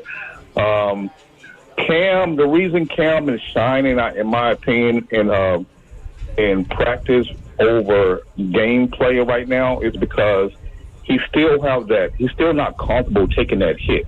I noticed towards the end of the year last year, he started getting comfortable with knowing he may get hit after he released the ball. So in practice, he had a red jersey on. So he's going to shine in that situation because he knows he's not going to get hit. But once he gets that clock together, that hey, look, I might take this blow. I think he's going to. His development is going to really start kicking in. If that makes sense. Okay. But right now, I just believe that our running game and our defense is going to be our savior. I love our coaching staff. And, again, man, I'm going to start tuning in to you guys. You guys are going to start hearing from me because I feel good about this year, man. I think Titans going to do their thing. So tighten up. Everybody have patience, man. We're going to be good. I love it. Thank you, Titan Chris. Appreciate you, Titan Chris. I think that's a really good take on Cam, Ramon. I think we spoke about this and not in that context, but that's where the speeding up in the stadium happens. Like, those jerseys are a little bit different right now. He can't live on the fact that, hey, nobody's going to touch him. Like, Jeff might get to him in practice and talk trash to him, but hits are real. I do think that adjustment of learning this system, being comfortable in real time on where your danger is coming from is a part of this as well. But I'm telling you, like, that adrenaline dump that you get going into games is real. And at that quarterback position, finding your nerves has to be a part of it as well. I'd even correlate and give an excuse to Levis, man. Legitimately, I don't think he imagined in his mind that his season would go like that in 2024. That dropped off the way he did. I thought his spring was good in 24. I thought training camp was fine. Then you get to the games, Wills. That's why coaches put you in positions inside the stadiums. That's why the preseason is necessary. That's why I also thinking I was shocked by it, but Chimere Dike fielding the punt. It wasn't because you needed to see him return. He needed to be inside of a stadium, see the lights, see the stadium go vertical and how high the ball is up. I doubt that he was probably going to return it. He fair caught it. I think the 2 times he did receive it, or 1 or 2 times he fair caught it. But you have to get used to those nerves and how fast guys are coming at you. It's no excuse to say, hey, he's got to hit his layups. But I can understand, man, I was a little bit too hyped. I'm not going to say this is totally the same thing, but I will just speak from my own experience as an athlete and then, briefly in the SEC at Tennessee. It took me until my second race as a distance runner, Ramon, to be fully able to embrace pain. My first race every year even if I felt like I was ready to go 100%, I wasn't. Yeah. I wasn't. And I started seasons off really slowly at times because I was getting ramped back up into all right, this is what 100% effort feels like. Yeah. Because until you go do it, you have these barriers in your mind that you have to have up at practice that don't let you reach all the way into the 100% gas tank. Mm-hmm. And you keep a little bit of effort left in there because it's practice until you go through that for the first time and think, all right, that's what that's supposed to feel like. Yeah. And it feels like all athletes to some varying degree have to have that ramp-up period to understand what 100% feels like. How long did that take for you to feel like you could hit week 1 of a regular season feeling your best? I was a few years in at that point. You question everything, especially because you're so young and new to this. And, I never had a real big coaching change, but, playing for different position coaches, there was a different standard what you had to play for and what they were looking for as well on certain plays and blocks that they were asking you to do. I would say, again, the magic year is 3. It always is. You got about 3 years to figure this thing out, and Cam's just in number 2. Now, the question that you have to ask is this a true year 2 for Cam? Is this a reset of year 1 for him because there's so much newness behind it? Is next year going to be more like year 2 for him? But here's the other part, though, too. If he does take that step personally and finds his balance, again, I had somebody recently tell me this, too, finding what scale you need to play at, how to get up to that scale and how to stay there is a part of it. On a scale of 1 to 10, you might be more effective playing at a 6, Will, right? The moment you go above a 6 is the moment you start underthrowing, overthrowing. If you're at a 4, you start just overthinking stuff. So how do you learn that, hey, I need to be at a 6 instead of a 5 or a 4? That's the reality of this situation he's dealing with as being a young quarterback. It's inexcusable, of course, to make certain what we call layups. But there's stuff that kind of go into it. Looking at the passes that Cam had, again, I bring up the adrenaline side of it, just busy feet that he would have. Mm-hmm. What about if he'd have taken one more half step before throwing that out route to Wan'Dale Robinson, right? What if he'd have gotten the ball out quicker or sooner or lower when it came down to the out route that he had at the pylon for Carnell Tate? These are fixable things. These are things that you also try in training camp. What he does in practice is the reps that he's got to have, and it's going to be necessary, right, Will? But I'm more focused on what his in-stadium looked like because out here on the practice field, he's been fine. I don't think it's been bad. I think he's had the best succession of practice in a row that he's had in his young career recently. It's the stadium that I feel like he's going to be judged on more than anything. 100%. Because right now, the outlier performance in Cam Ward's training camp is the stadium performance. Yeah, it is. Right now, if he comes out and has another bad day next Sunday against the Seattle Seahawks, the conversation then becomes, why can't Cam Ward take from the practice field what's working to a game setting? Yeah. Because we don't want this to morph in. Well, he'll get it in the regular season. Because you're not paid. You don't win and lose games today. You win and lose games on Sundays. You do. Yeah, in a lot of ways, the work you do today allows you to win on Sundays. But the position is different. Yeah. There are a lot of good throws that Cam Ward has made in camp that are camp throws because a defender couldn't hit him. This is a full contact sport, and that matters to an extent, but ultimately that's not what Cam Ward's going to be judged on. What I would say, though, looking at his second and third series, what he did attempt to do was stay in the pocket longer. That's a part of that growth. That's a part of him trying to take that step of taking what the defense is giving to him and not hurting the offense as well. I think that almost fumble recovery and the intentional grounding was an eye opener for him. Needs to be. Needs to be. Yeah. I hope that he recognizes that, hey, this isn't allowed at this position. The defense is going to give me something, I must take it. And sometimes that is also being reliant upon Tommy Townsend. You know what I'm saying? Like having him punt it and having your drives defense with a kick. play. Exactly. End it with a kick. What is your biggest concern about the Tennessee Titans this year? I feel like there is a new big weakness, Ramon. Yes, it is, brother.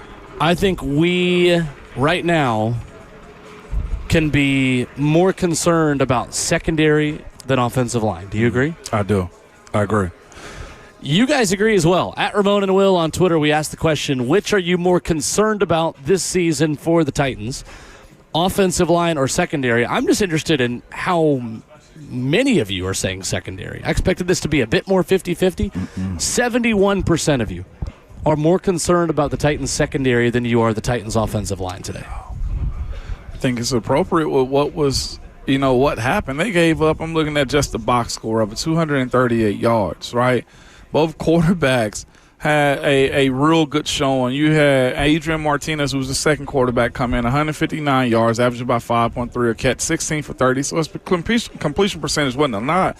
It was the chunk plays that were given up when he was in the game. They allowed him to get outside of the box and run a little bit as well. That's the front four, but the extension of plays, you can't have them completing passes downfield. And I think the biggest reason is now everybody knows Cordell Flott's name and number. 18 kept getting pushed back on, and at least it seemed like they just continued to go to the honey hole on a guy like him. At some point, you want to see the resistance. Now, it's twofold to this conversation. Yeah, they were giving up yards and chunks of yards as well, but when it got down to the tight red zone, they locked it down. That's just a hard life to live on a week-to-week basis of we'll bend but don't break, because the other side of that is you need to have a very efficient offense that can go score for score, especially if you're giving up that many yards. I think it is a big concern, too, considering some of the good days we have seen from Cam. It makes you question some of the good in this offense when you see Curtis Rourke go 12 of 14 and show you a lot of bad in your defense. Yeah. Because now everything good we see Cam do out here is going to come with at least a twinkle of a thought in the back of your mind of, well, is that more this offense being really good? Is that more Carnell Tate being really good? Or the secondary not being close to a finished product yet and struggling right now? And they've had competitive days against this offense. They absolutely have. But in the stadium, I'm not sure if it was just I don't want to make this even a conversation, but guys do just get through the game sometimes. Figure out what. Hopefully that's the case. What they can get away with. What step? How aggressive do you need to be? Of course, there was no real tape on. How do you say his name, man? Dejon Stribling, rookie out of Ole Miss. There was no real tape on him, and that is the one side of this game that when the season starts, you have the ability to figure that out. Right, but, I mean, how much tape is Dejon Stribling watching on Cordell Flott? I mean, he can be a little bit more predictive of what's going to happen because he knows the routes. Maybe, but, I mean, the preseason vanilla schemes work both ways. It most definitely does, and it working that way. Here's the thing about it. Like, these were comebacks. These were plays in which Dejon Stribling was fighting for the ball. Immediately as soon as he caught it, you also had Flott on him. So there's that side of it as well. Like maybe there was no big play. There was no big play given. The biggest play that he had was he out or was he not on the sideline? And he was out. I still can't believe that. And he had a little yak after that one. But like that was the biggest play. Like there were catches given up on him as far as Cordell Flott's concerned. But he was in the area. Now it amounts to, can the defensive line get there? Because this defense is predicated on that as well. Disruption, moving the quarterback off his pivot. But then there's also now here's the correction. Again, the Seattle Seahawks come in here and they will have a joint practice. How do you carry last week in the same division, cleaning that up, but also letting the fan base and the beat writers see him making improvement in the stadium? This is a heavy week for Flott and the secondary. It's a really big week.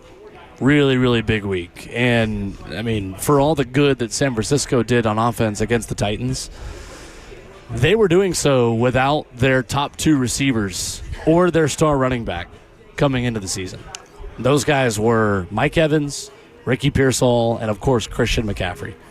This is Dejon Stribling in his first NFL training camp, having the success that he did. This is Curtis Rourke in a preseason game. They didn't even put in their backup quarterback, Ramon. This was their third-string quarterback. Yeah. Now, some of that is a credit to how deep San Francisco is. They are.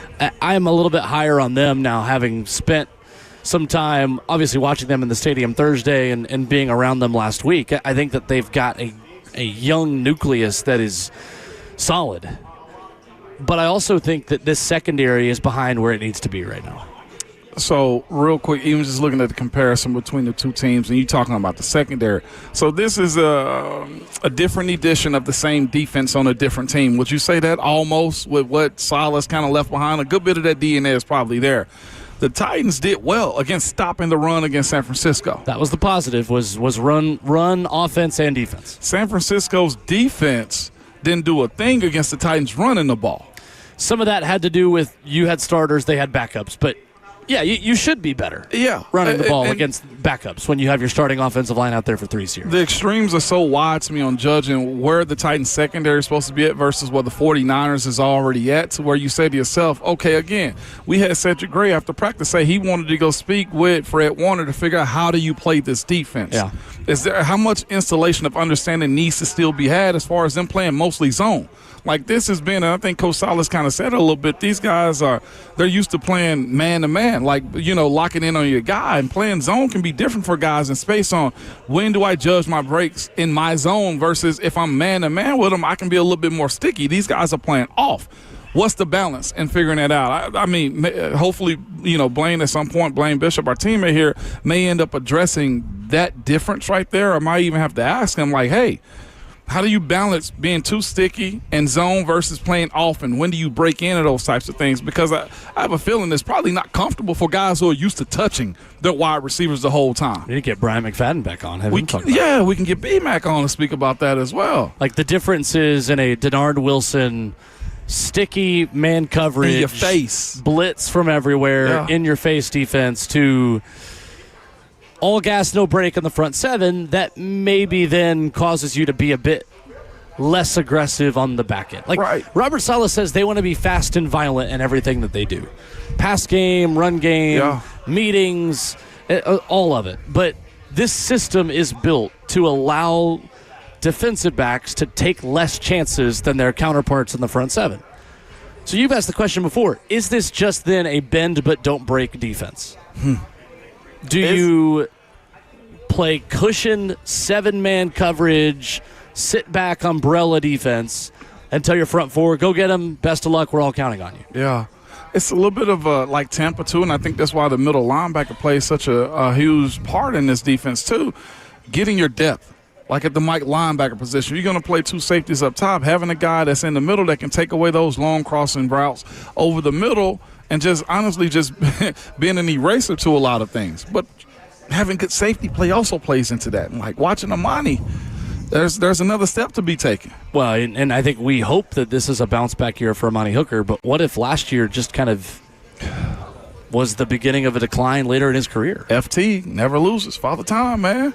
So statistically, looking at the numbers, it doesn't tell you everything. But in my opinion, if you are a bend but don't break defense, that means you're giving up more yardage, and your yardage per game ranking is worse, but your points per game ranking is still pretty good. That's not often been the case for Robert Saleh defenses. Typically, they're good at both. Yeah. They don't bend much, and they definitely don't break. Last season was the outlier with no pass rush. No pass rush. There was not a player, Ramon, on the 49ers last year who had more than 4 sacks. Let me say that again. There was not a player on the 49ers last year that had more than 4 sacks. They were 25th against the pass, but they were still the 13th best scoring defense in the NFL. Part of that is game situations. Yeah. Your offense was so good in San Francisco last year that teams were forced to throw, take chances, go for it on 4th downs, things like that. Absolutely. Late in the game. And San Francisco was still opportunistic and creating turnovers, getting off the field on 4th down. Last year, they were really good in the red zone. That was the 12th best red zone defense in the NFL. So they bent.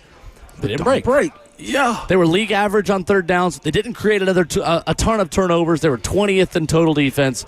No one had more than 4 sacks or 2 picks. They had 6 INTs as a defense last year. And they were still 13th best scoring defense in the NFL. That's what I think you hope to be. Yeah. This defense is going to give up some yards.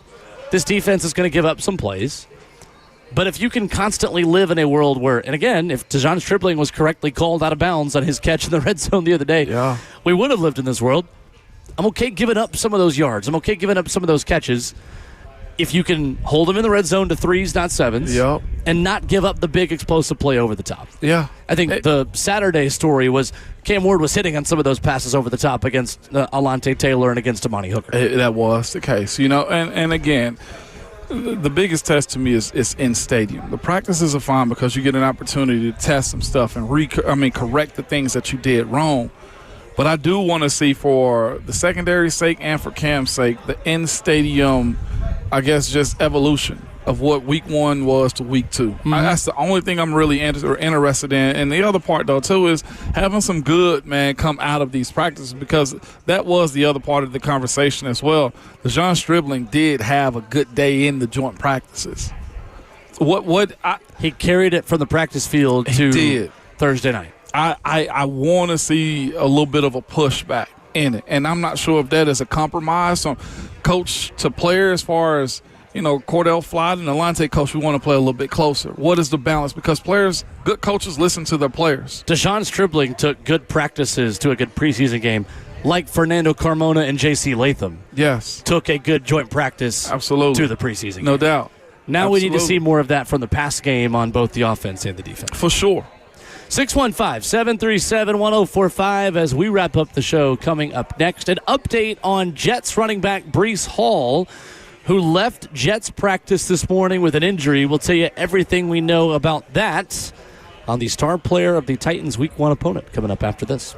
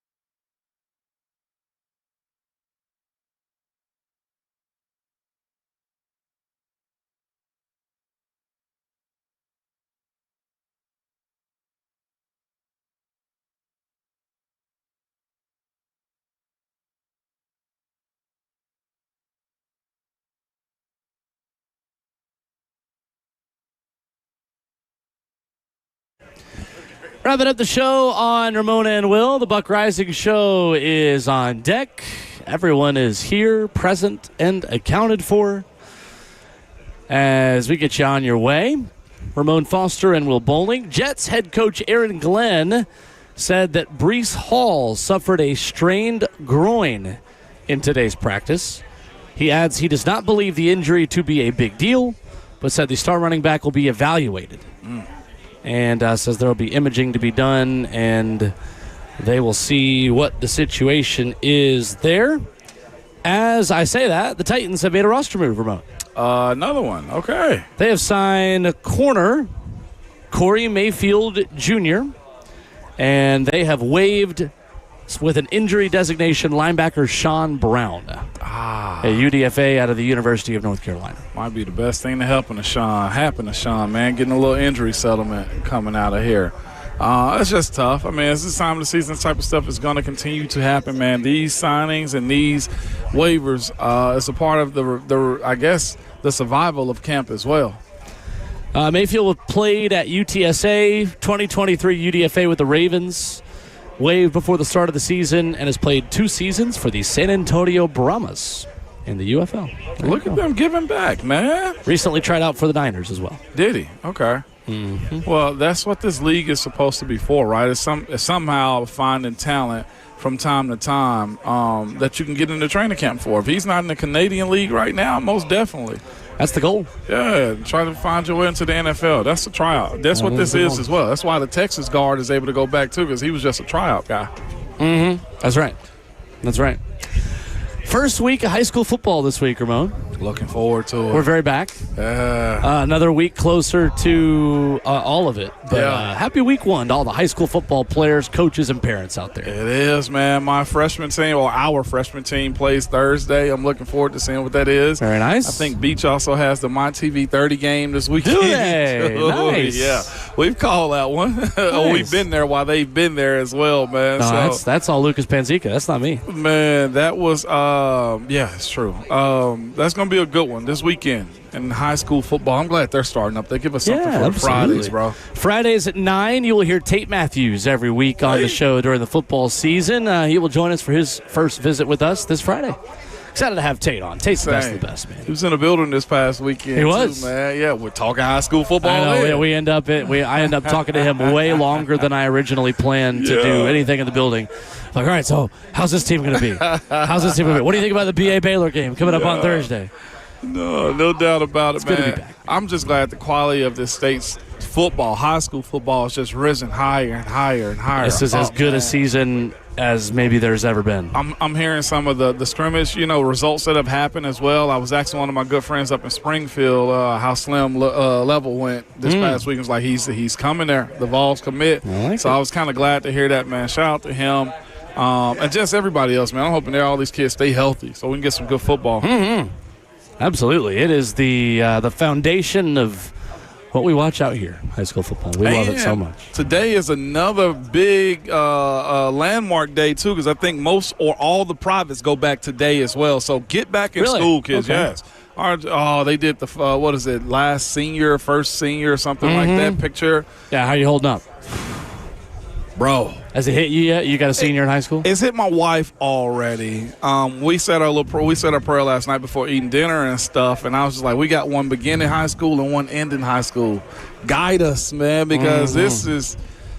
I continue to ask the question: how do we get here as parents? I don't know how we got here. It flies by, doesn't it? It flies by, Will. It does. Goodness. It really does. It hit me when I remember I did my school picture we did it in like a tux for our graduation pictures, like on our big wall where everybody's, graduating class and stuff. First time I put on like the graduation stuff to take a picture, it was like, whoa. Whoa, okay. We had senior pictures last week too. And we just pretty much just made a blanket description of this year for them. All of this we're doing this year is not for you, it's for us. Okay, like if we ask you to be there, just provide the body, kid. We'll get you where you need to go. But these pictures, we're going to decorate some stuff and just enjoy what this last year of high school is. The Buck Rising Show is on deck from Titans training camp as practice gets started in a few minutes. And lucky for you, Fans are out here today. Yeah, they are. So you will likely get some play-by-play of what's going on. Some good stuff. Stay tuned. We will talk to you bright and early back in studio tomorrow morning at 6 a.m. But remember, your Twitter fingers and your mic is always hot.